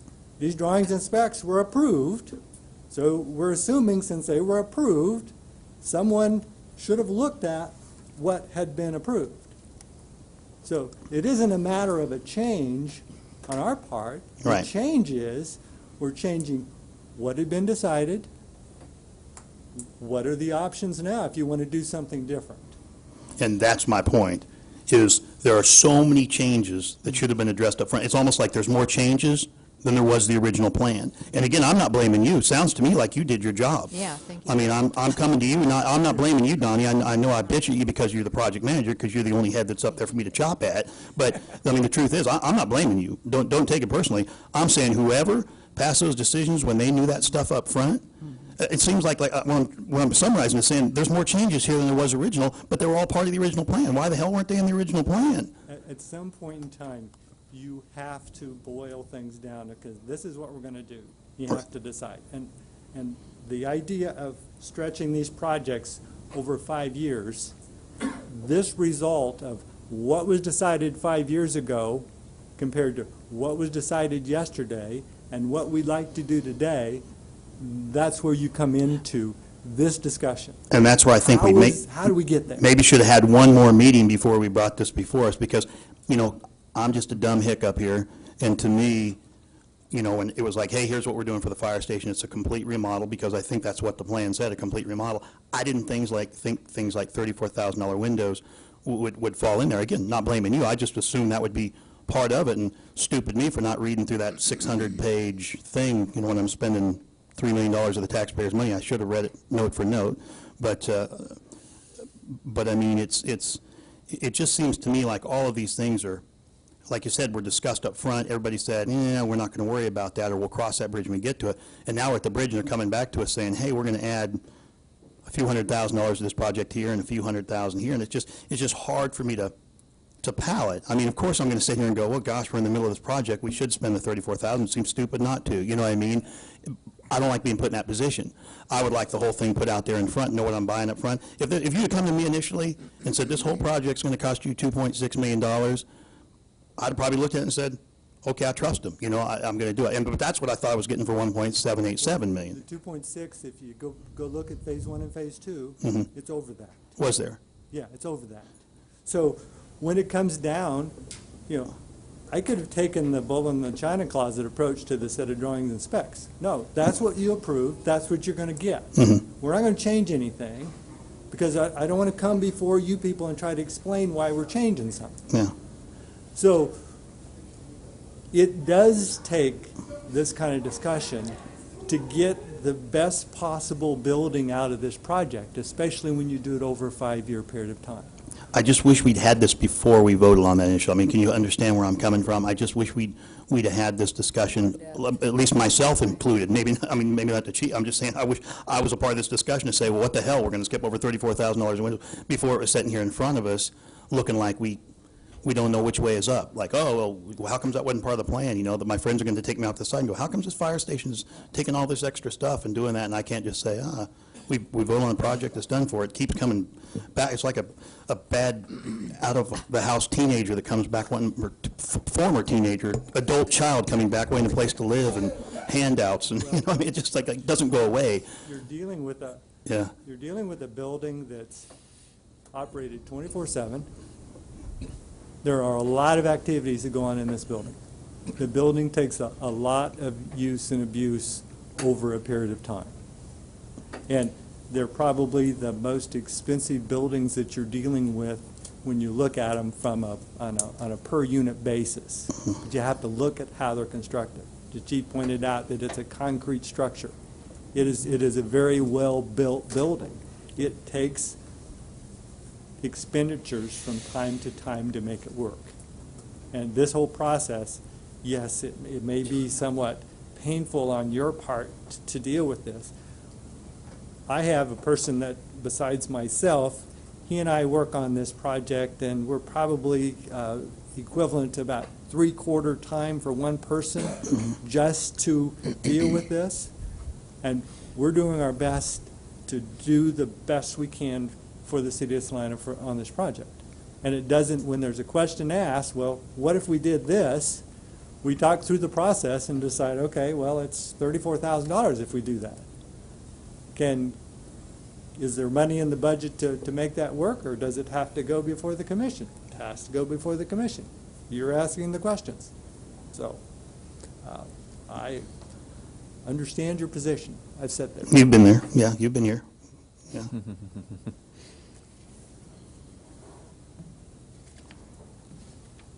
Are you coming back for more? If we vote, I mean, I honest to God don't want to see this thing before me again until you're asking for a big shed for your fire trucks. I mean, how much can we save if we pull that baby change station out?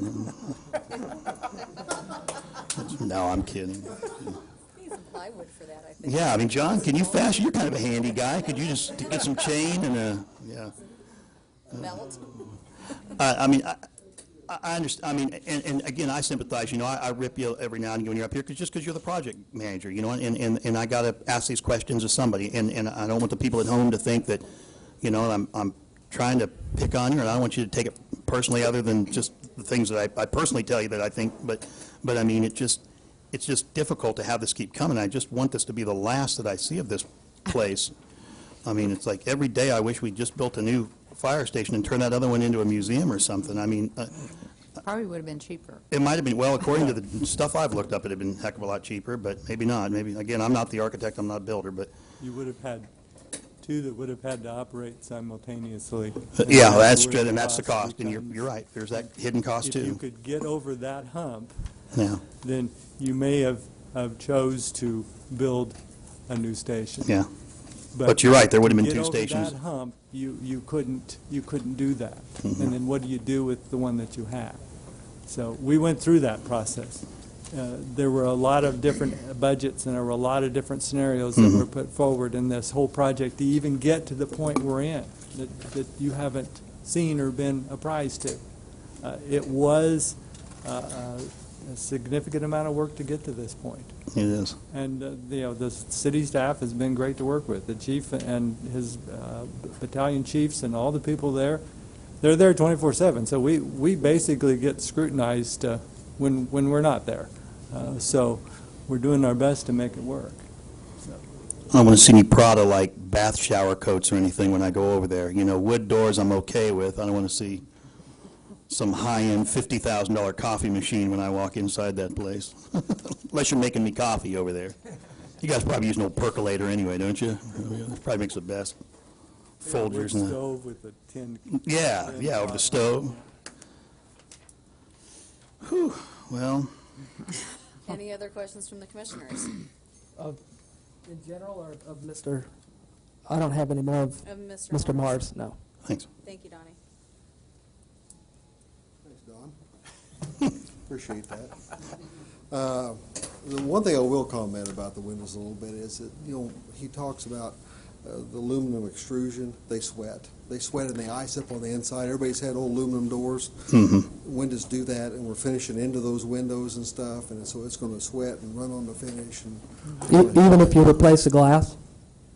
oh yeah, the aluminum. So there's itself- not a very good solve. The aluminum itself freezes, doesn't it, Calvin? Yeah, it's like all those. So there's not just the glass, it's the frame itself, so we're trying to get rid of the whole problem. Right. There's no thermal breaks in it. There's no way to keep the cold from coming inside the building and condensing moisture from the inside of the building on the inside of the frame and things of that. Well, I'm glad you said that, because I was going to make a motion that we do this, but we only replace the glass because our professional opinion is that we ought to replace the glass. Yeah. But if it's sweating on the inside too, it seems like a lot bigger problem. Mhm. It is a lot bigger problem. I would think that probably sitting next to those windows at any time is probably pretty cold or pretty hot. It's just a single pane, and it's not a thermal in any way. A lot of them are thermal paint. Oh, they are actually thermal. Oh, it is. Yeah. Maybe I could put them in my home. What's that? Reuse them. Well, Put them up next to those old street lights. That's, Yeah. yeah. Right, that's What a you good find idea. is there's a lot of seals in them that's failed. Failed, So yeah. they're Air through there. done up. I wanted to have Rod come up for just a second and talk about the fiscal note that he's got down here for you. If you don't. We know you're just the messenger, Rod. This is, the thing about it is I appreciate all the support that you've given us over the years. This is a very difficult project for us. There's not a chief officer or a person across the street that doesn't wring their hands about, trying to make it the best project possible, and we're really trying our best. Sure. As a result of all of the changes, I don't know if that's the right way to say that, we will have to change some of the fiscal arrangements. Project is currently authorized at $2,270,000. The changes will result in a need to increase that authorization. It works out to $2,588,236. We will probably present the authorizing legislation at $2,600,000, presuming all of this gets approved, just to make a nice round number. Bonds were sold on this project back in 2010, and we will also need to sell approximately $810,000 more in bonds. Now, those bonds were sold at the outset of the project based on some of the original estimates, and of course the Without going into too much detail, on some of these projects, we sell temporary notes first, which of course accrue temporary interest, and then we'll refund them with bonds. We didn't do that on this project, which meant we saved temporary interest money, but we also took the chance that the project would change sometime during the interim and that we would have to sell additional bonds at some point. So there was a trade-off with that. I think that's pretty much it. If any of you have any questions about that, I'd be glad to try to address them. So no mayor's Christmas party this year is what you're saying? You could have it. You could have it at the new fire station. There's an idea. There you go. Only if I get to drive the fire truck. Yeah. I'm sure Mr. Schmidt can show me how to do that. Yeah, that may be fully on the loaded. table. He's good with that. Yeah. Does this additional bonding fit within the band or whatever you want to call it of what we generally do? The original bonds as issued did. When we issue these new bonds, I will have to go back and reschedule and reallocate future projects to make sure they stay within our policy goals, and we will do that. And that's something that we do every year with the capital improvements program. With every new set of projects, we reschedule based on current valuations and current economic conditions, and it's not unusual to see projects slip forward or backwards somewhat. When you look at the marginal debt service payment related to the changes, I think does that present any type of a concern from our perspective? You know, I don't think it does, payment? because you have to realize that a piece of this was related to a second phase project that was scheduled for, I believe, 2014 anyway, which was the additional base. So there's some overlap with that, so to speak.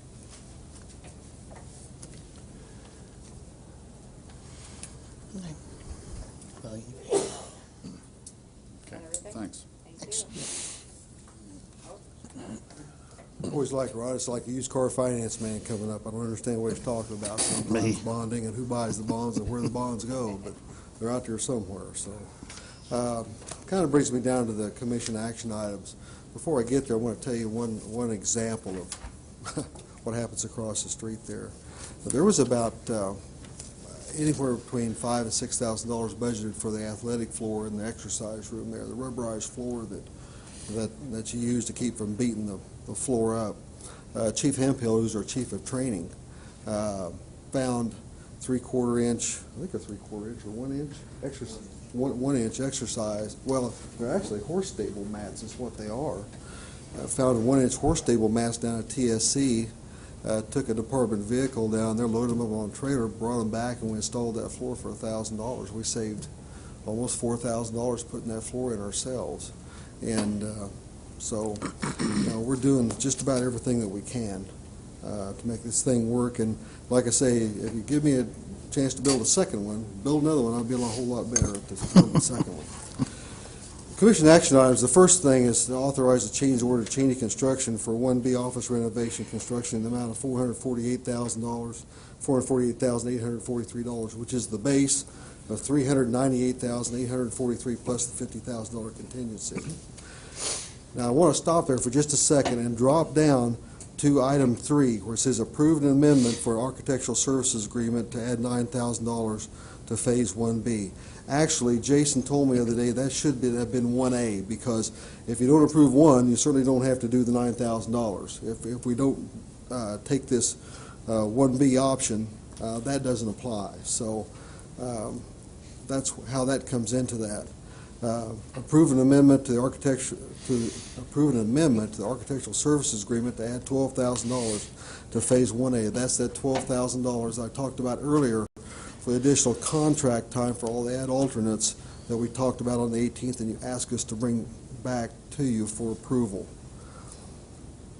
Number 3, again, it should have been 1A, approve an amendment with architectural services agreement to add $9,000 to phase 1B if you pick that up.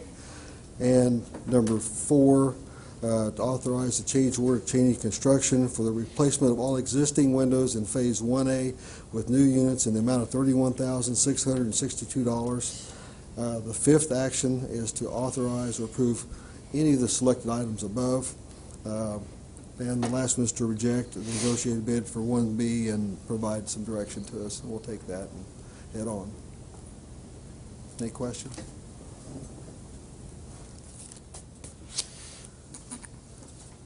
I feel like I need to just get a little clarification on the window thing, just to provide Mr. Mars an opportunity to clarify maybe. Maybe I misunderstood what you had said about you would recommend that we would be able to just replace the glass and that would be fine? Did I mishear that? What I said was if you had $34,000 to spend, my recommendation would be to replace the windows.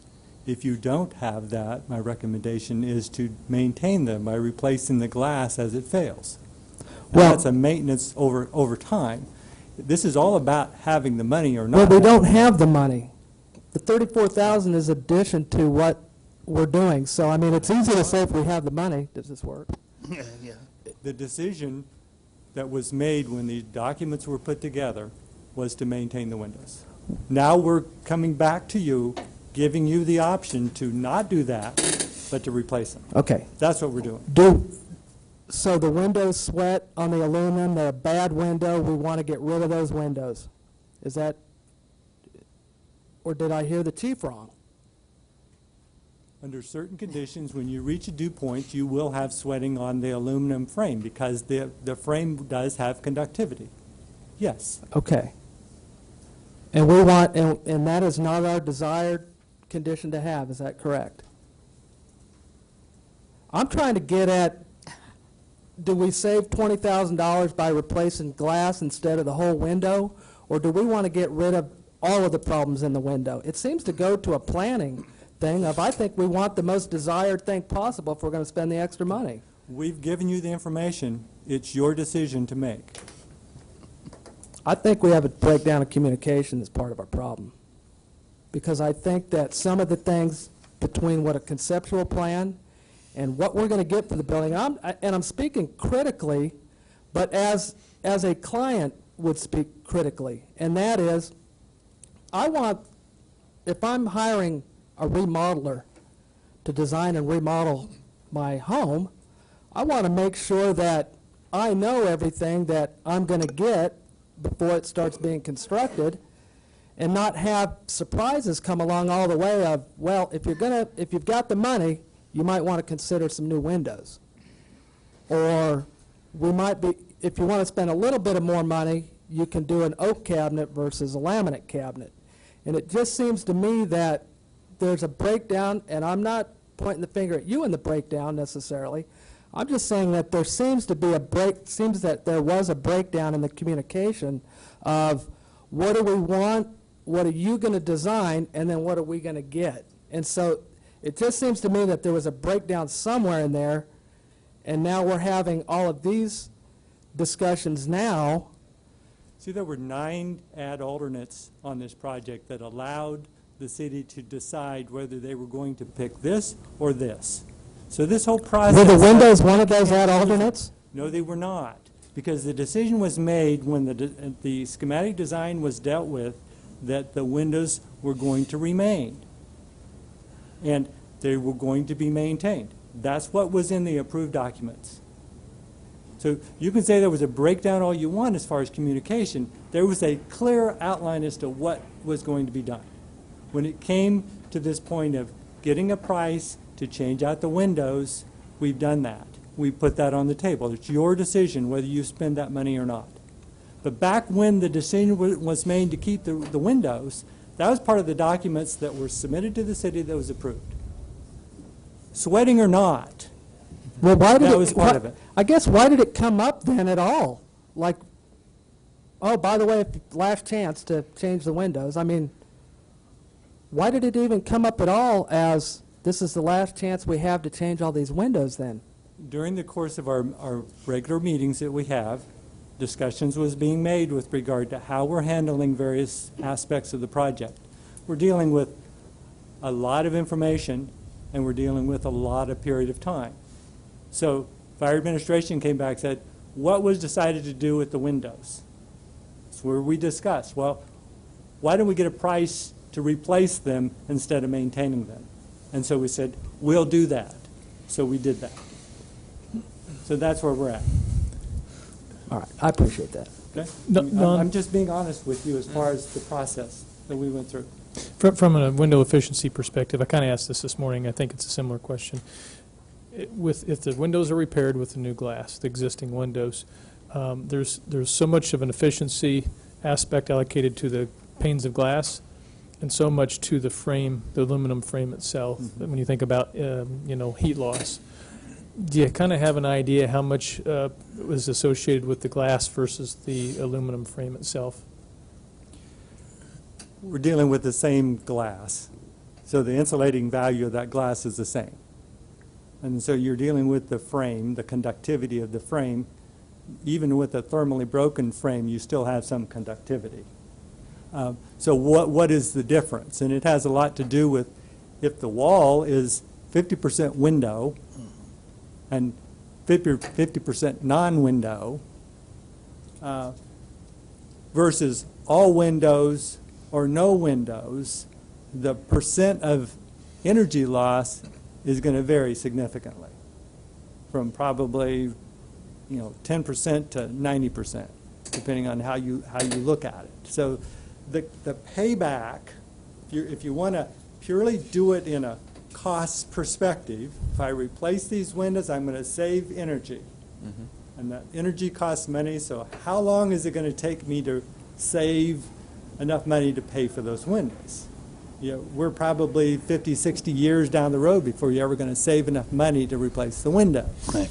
So there it comes. It's a decision based on new versus old, sweating versus not sweating, maintenance versus repair. Yeah, I think more of the issue is going to be if that sweating takes place, the maintenance around it's going to be our real cost, more so than the heat loss. I mean, I appreciate you thinking about that aspect of it, but Yeah. I think the maintenance is probably, the sweating factor is probably a bigger issue, which I imagine leads to destruction around the window, what's holding it in place. If there's drywall, like you said, bundle up next to it, if moisture can get on that. I mean, it's, you know. I think that's correct. If you had a perfectly functioning window, current existing window versus a brand new window, you probably lose some efficiency, but it's not significant from a cost perspective. But I think you're right, as you look into the future, you're going to have more failing windows, and you'll have to put some dollars into repairing those windows. So the question is are you almost just saying, well, if we can do it now, we take care of that. Otherwise, we're deferring cost through deferred maintenance in the future. And I think the answer to that is yes. Now, I want to get back to the question that Commissioner Blanchard had, and I think, Chief, if you can come up, and maybe Chief Kelsey, this gets back to the complexity of the problem, and I'm going to ask a question I don't know the answer to here. I try not to do that too much, but I think it's important. Good position to be in. There's a lot of paperwork involved with a project like this. There's a lot of plan sheets, there's a lot of conversations and all that. And I'm going to ask, because I think Chief Kelsey was the first one that identified way early in the project that prompted some of these discussions and indicated, what about the windows? There are concerns about the windows, and I think that's accurate, isn't it, Chief Kelsey? Yes, that is. And then there was discussion and all of that. And then, there was a lot of weighing of the value aspects of the options out there. What I don't know is, and this is a question for you two, is that when you got a copy of what would be considered to be potentially the final plans, what was the internal departmental process of reviewing those to check back on some of those items that had been dealt with, quite a few months, maybe a year before? We were told, Calvin was told that, let me speak for you. Come on. Calvin was told that the windows wouldn't be replaced, that they were going to go with the existing windows. That from a cost perspective with the budget, that it would be the existing windows. And like I say, we've had several of them continue to fail over time since 2009.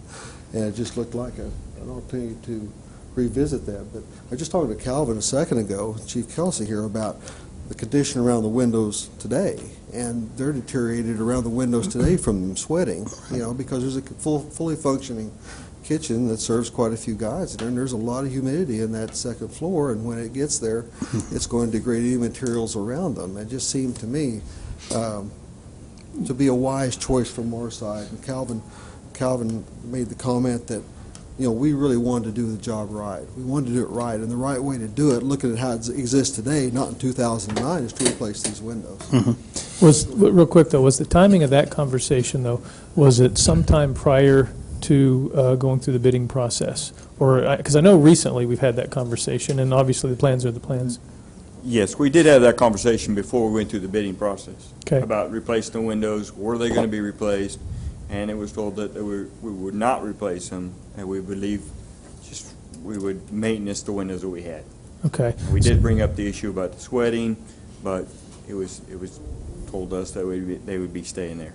Okay, but that was from the perspective of what's in the plans. So at that point, obviously, you guys continued to desire new windows, which I think makes sense, that's fine. And then, but the plans had the results of, I guess, prior communications, the value aspect of existing replacement and so forth. So there was a bit of an acquiescence of not saying, well, hold on a second, before we move forward with the bid, let's have a higher level conversation about the issue. It was more of just accepted at that level, and we went on with the bid. And then now that it's back again, there's a question of, well, we really should think about it. We have more windows that are failing, and that's another factor involved in it. Okay. And before we can continue the discussion of windows, can we take a 3-minute break so we can use the restroom and come back and discuss windows? It's perfectly fine. I move that we take a 3-minute break and reconvene at 5:21. And that would be About 6:21. I'm sorry, Jiminy Christmas, 6:21. What's your time? Second? Second. Yeah. Answer. My clients have nothing to do with prostitution. They provide services to prevent mother-to-child transmission of HIV in Tanzania. They care for happens, you know. It's like if you let the audience lead. Calvin. Well, I mean, I don't know if there's any more questions there. I think maybe where Commissioner Blanchard was just trying to get to was where we ended up, and that is this the best? And if we want to do the building the best, we want the best. I wish it had been, I can't speak for him, I wish it had been decided up front. You know, I fall back to when I got that document that said you will basically have a brand-new building, and I would just assume windows are on there. We want to give you guys the best. They deserve the best. I mean, the best within city-type budgets. Right. We're not moving them to the Trump Towers, but you know, we want to give them a good, safe, healthy environment to work in. And, you know, I wish more of this had been done from, but like you said, hindsight's 20/20. Unfortunately, we all don't have, you know, we're not omniscient. We don't know all the answers. And, you know, I wish more of this could be caught up front. I think it can be in future projects. At least I'll know what to look for and what to ask. And like yourself, you know, this is kind of new to all of us as it happens, and we do the best we can. I don't think anybody's maliciously trying to do anything in here, but. You know, Jason asked me a question. He said, we could have stopped this. We could have changed this before it went out to bid. And he's exactly right. Right. I could have done that if I would have caught that and understood the windows were in that kind of a condition and did that. And for that, I'm truly sorry. And I apologize for that. This is, you know, you talk about, I don't want to hear about this project again. Yeah. Well, let me tell you, I'm down there 3 times a week, and I'm walking through there going, yeah. It's going to be good in the end. I would encourage you to come down and look at what's been done already.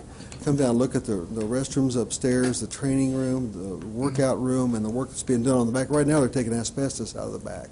There's asbestos flooring all across the back. They're taking that out today, and certainly that's a big concern to us. It's an additional expense, but it's within the budget. We're moving forward with it. Donnie was talking about 100 different decisions made in the course of a day. Man, this is it. I mean, that's what we're doing. So. You guys haven't even got to my sign yet. No, we haven't got to the that's like the cherry on the top, and that's what I'm waiting for. I'm going to give them to you. Yeah, great, yeah.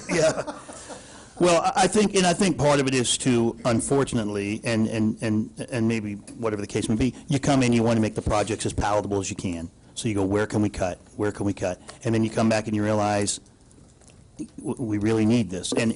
And I appreciate the fact that you're trying to be budget conscious. I appreciate Hemp Hill going out and finding the flooring. It's a small amount of money in the big picture thing, but it's still, that's the help. What would you say? You save $4,000? That's my property tax. So I guess I don't have to pay this year. So, you know, I appreciate you doing that, and I'm sure that's why you guys early on in the process sort of said it's not a priority. Let's do away with it. Now you realize it is. I wish it'd been upfront and I just knew about it and we could have voted on it, but I think it's a decent cause. I think it's probably money better spent now than in the future down the road.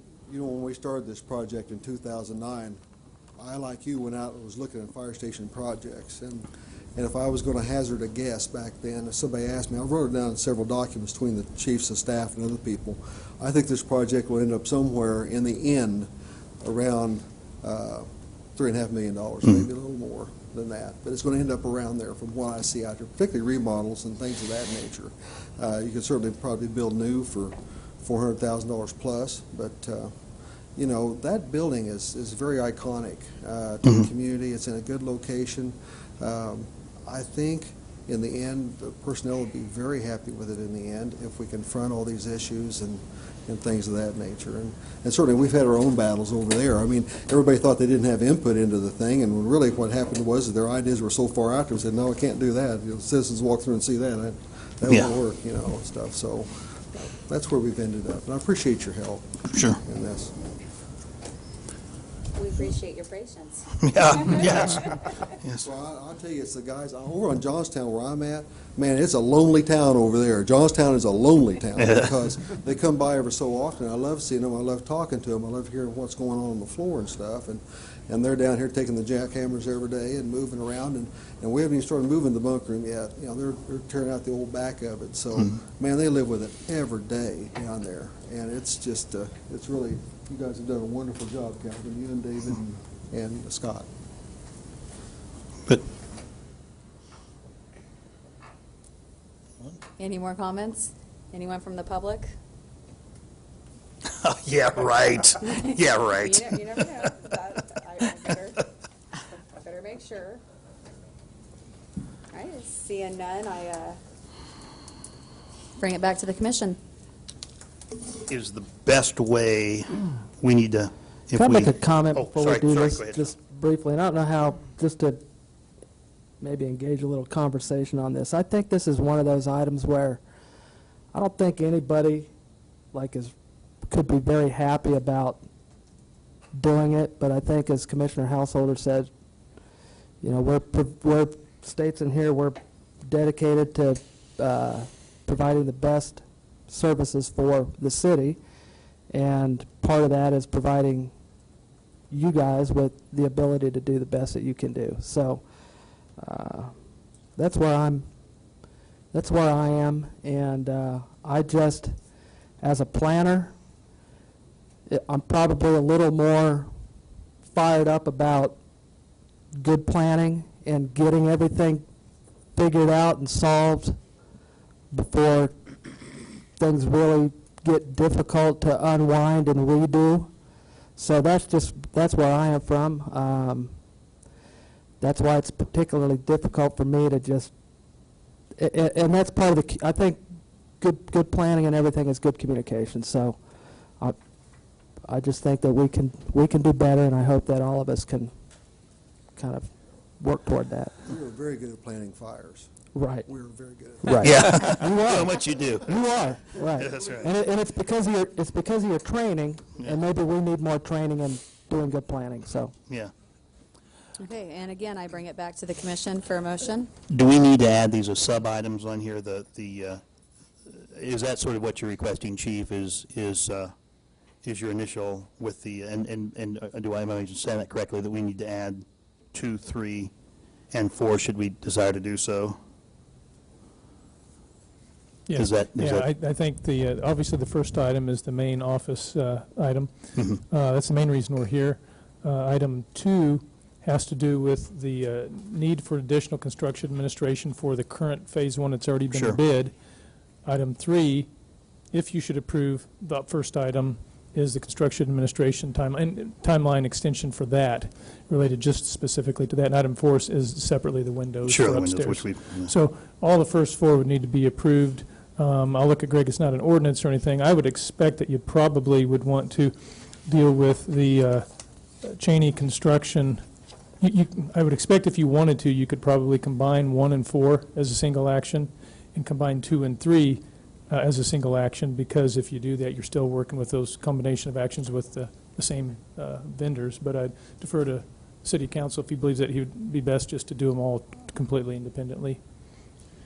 No, I would agree with Jason's observation. I would sense that it might be helpful for your fellow commissioners if the movement is kind of indicating where you're headed as far as the overall approach. So I think you can make any combination that you think will be indicative for the group as to where it's headed. So you think start with 1 and 4 and then add the 2, or, well, really, we ought to do 2 and 2. Well, Yeah, 1 and 4 both deal with Cheney construction, so they're related. You could, for example, you could say, if you wanted to, you could say move to authorize a change order to Cheney construction for the 1B office renovation construction, the amount of $448,843, and also authorize a change order to Cheney construction for the replacement of all existing windows in Phase 1A with new units in the amount of $31,662.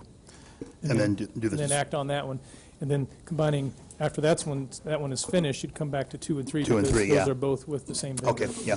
The amount. And we need to do this under to consider the modifications. We need to say that we just move to authorize the change order. That's probably what it is. Okay. Then I'll do that. I move we authorize a change order to Cheney Construction for the 1B office renovation construction in the amount of $448,843 with a base of $398,843 plus a contingency of $50,000, and add in item 4 and authorize a change order to Cheney Construction for the replacement of all existing windows in Phase 1A with new units in the amount of $31,662. Second.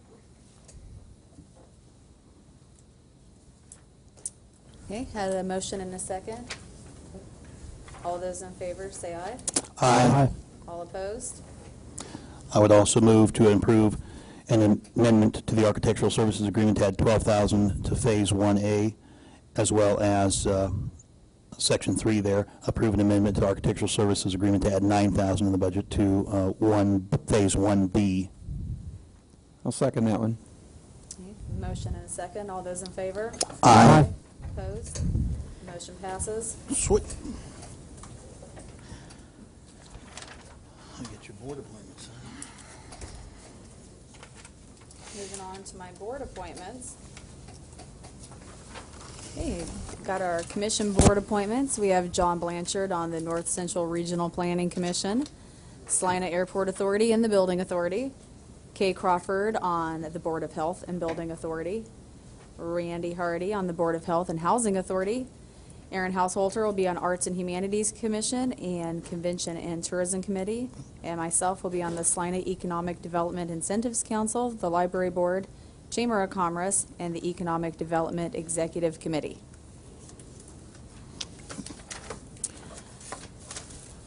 All right, Aaron, I do believe you. Yeah, I can't wait for another little longer meeting. Mayor, at this time, Madam Mayor, I move that we move into recess into executive session for 30 minutes to discuss confidential data relating to the financial affairs and trade secrets of a corporation for the reasons the public discussion of the information would competitively disadvantage the corporation, and reconvene at 7:05. Second.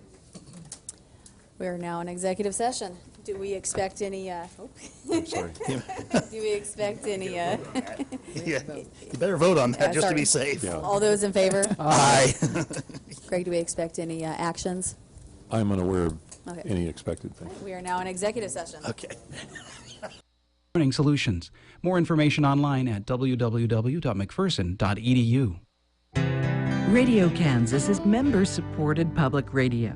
Members are listeners, just like you, who make a financial contribution to the station. Because we're commercial-free, memberships make up an important part of our operating budget. They help pay for the shows you hear and everything it takes behind the scenes to make it possible. Find out more about membership by calling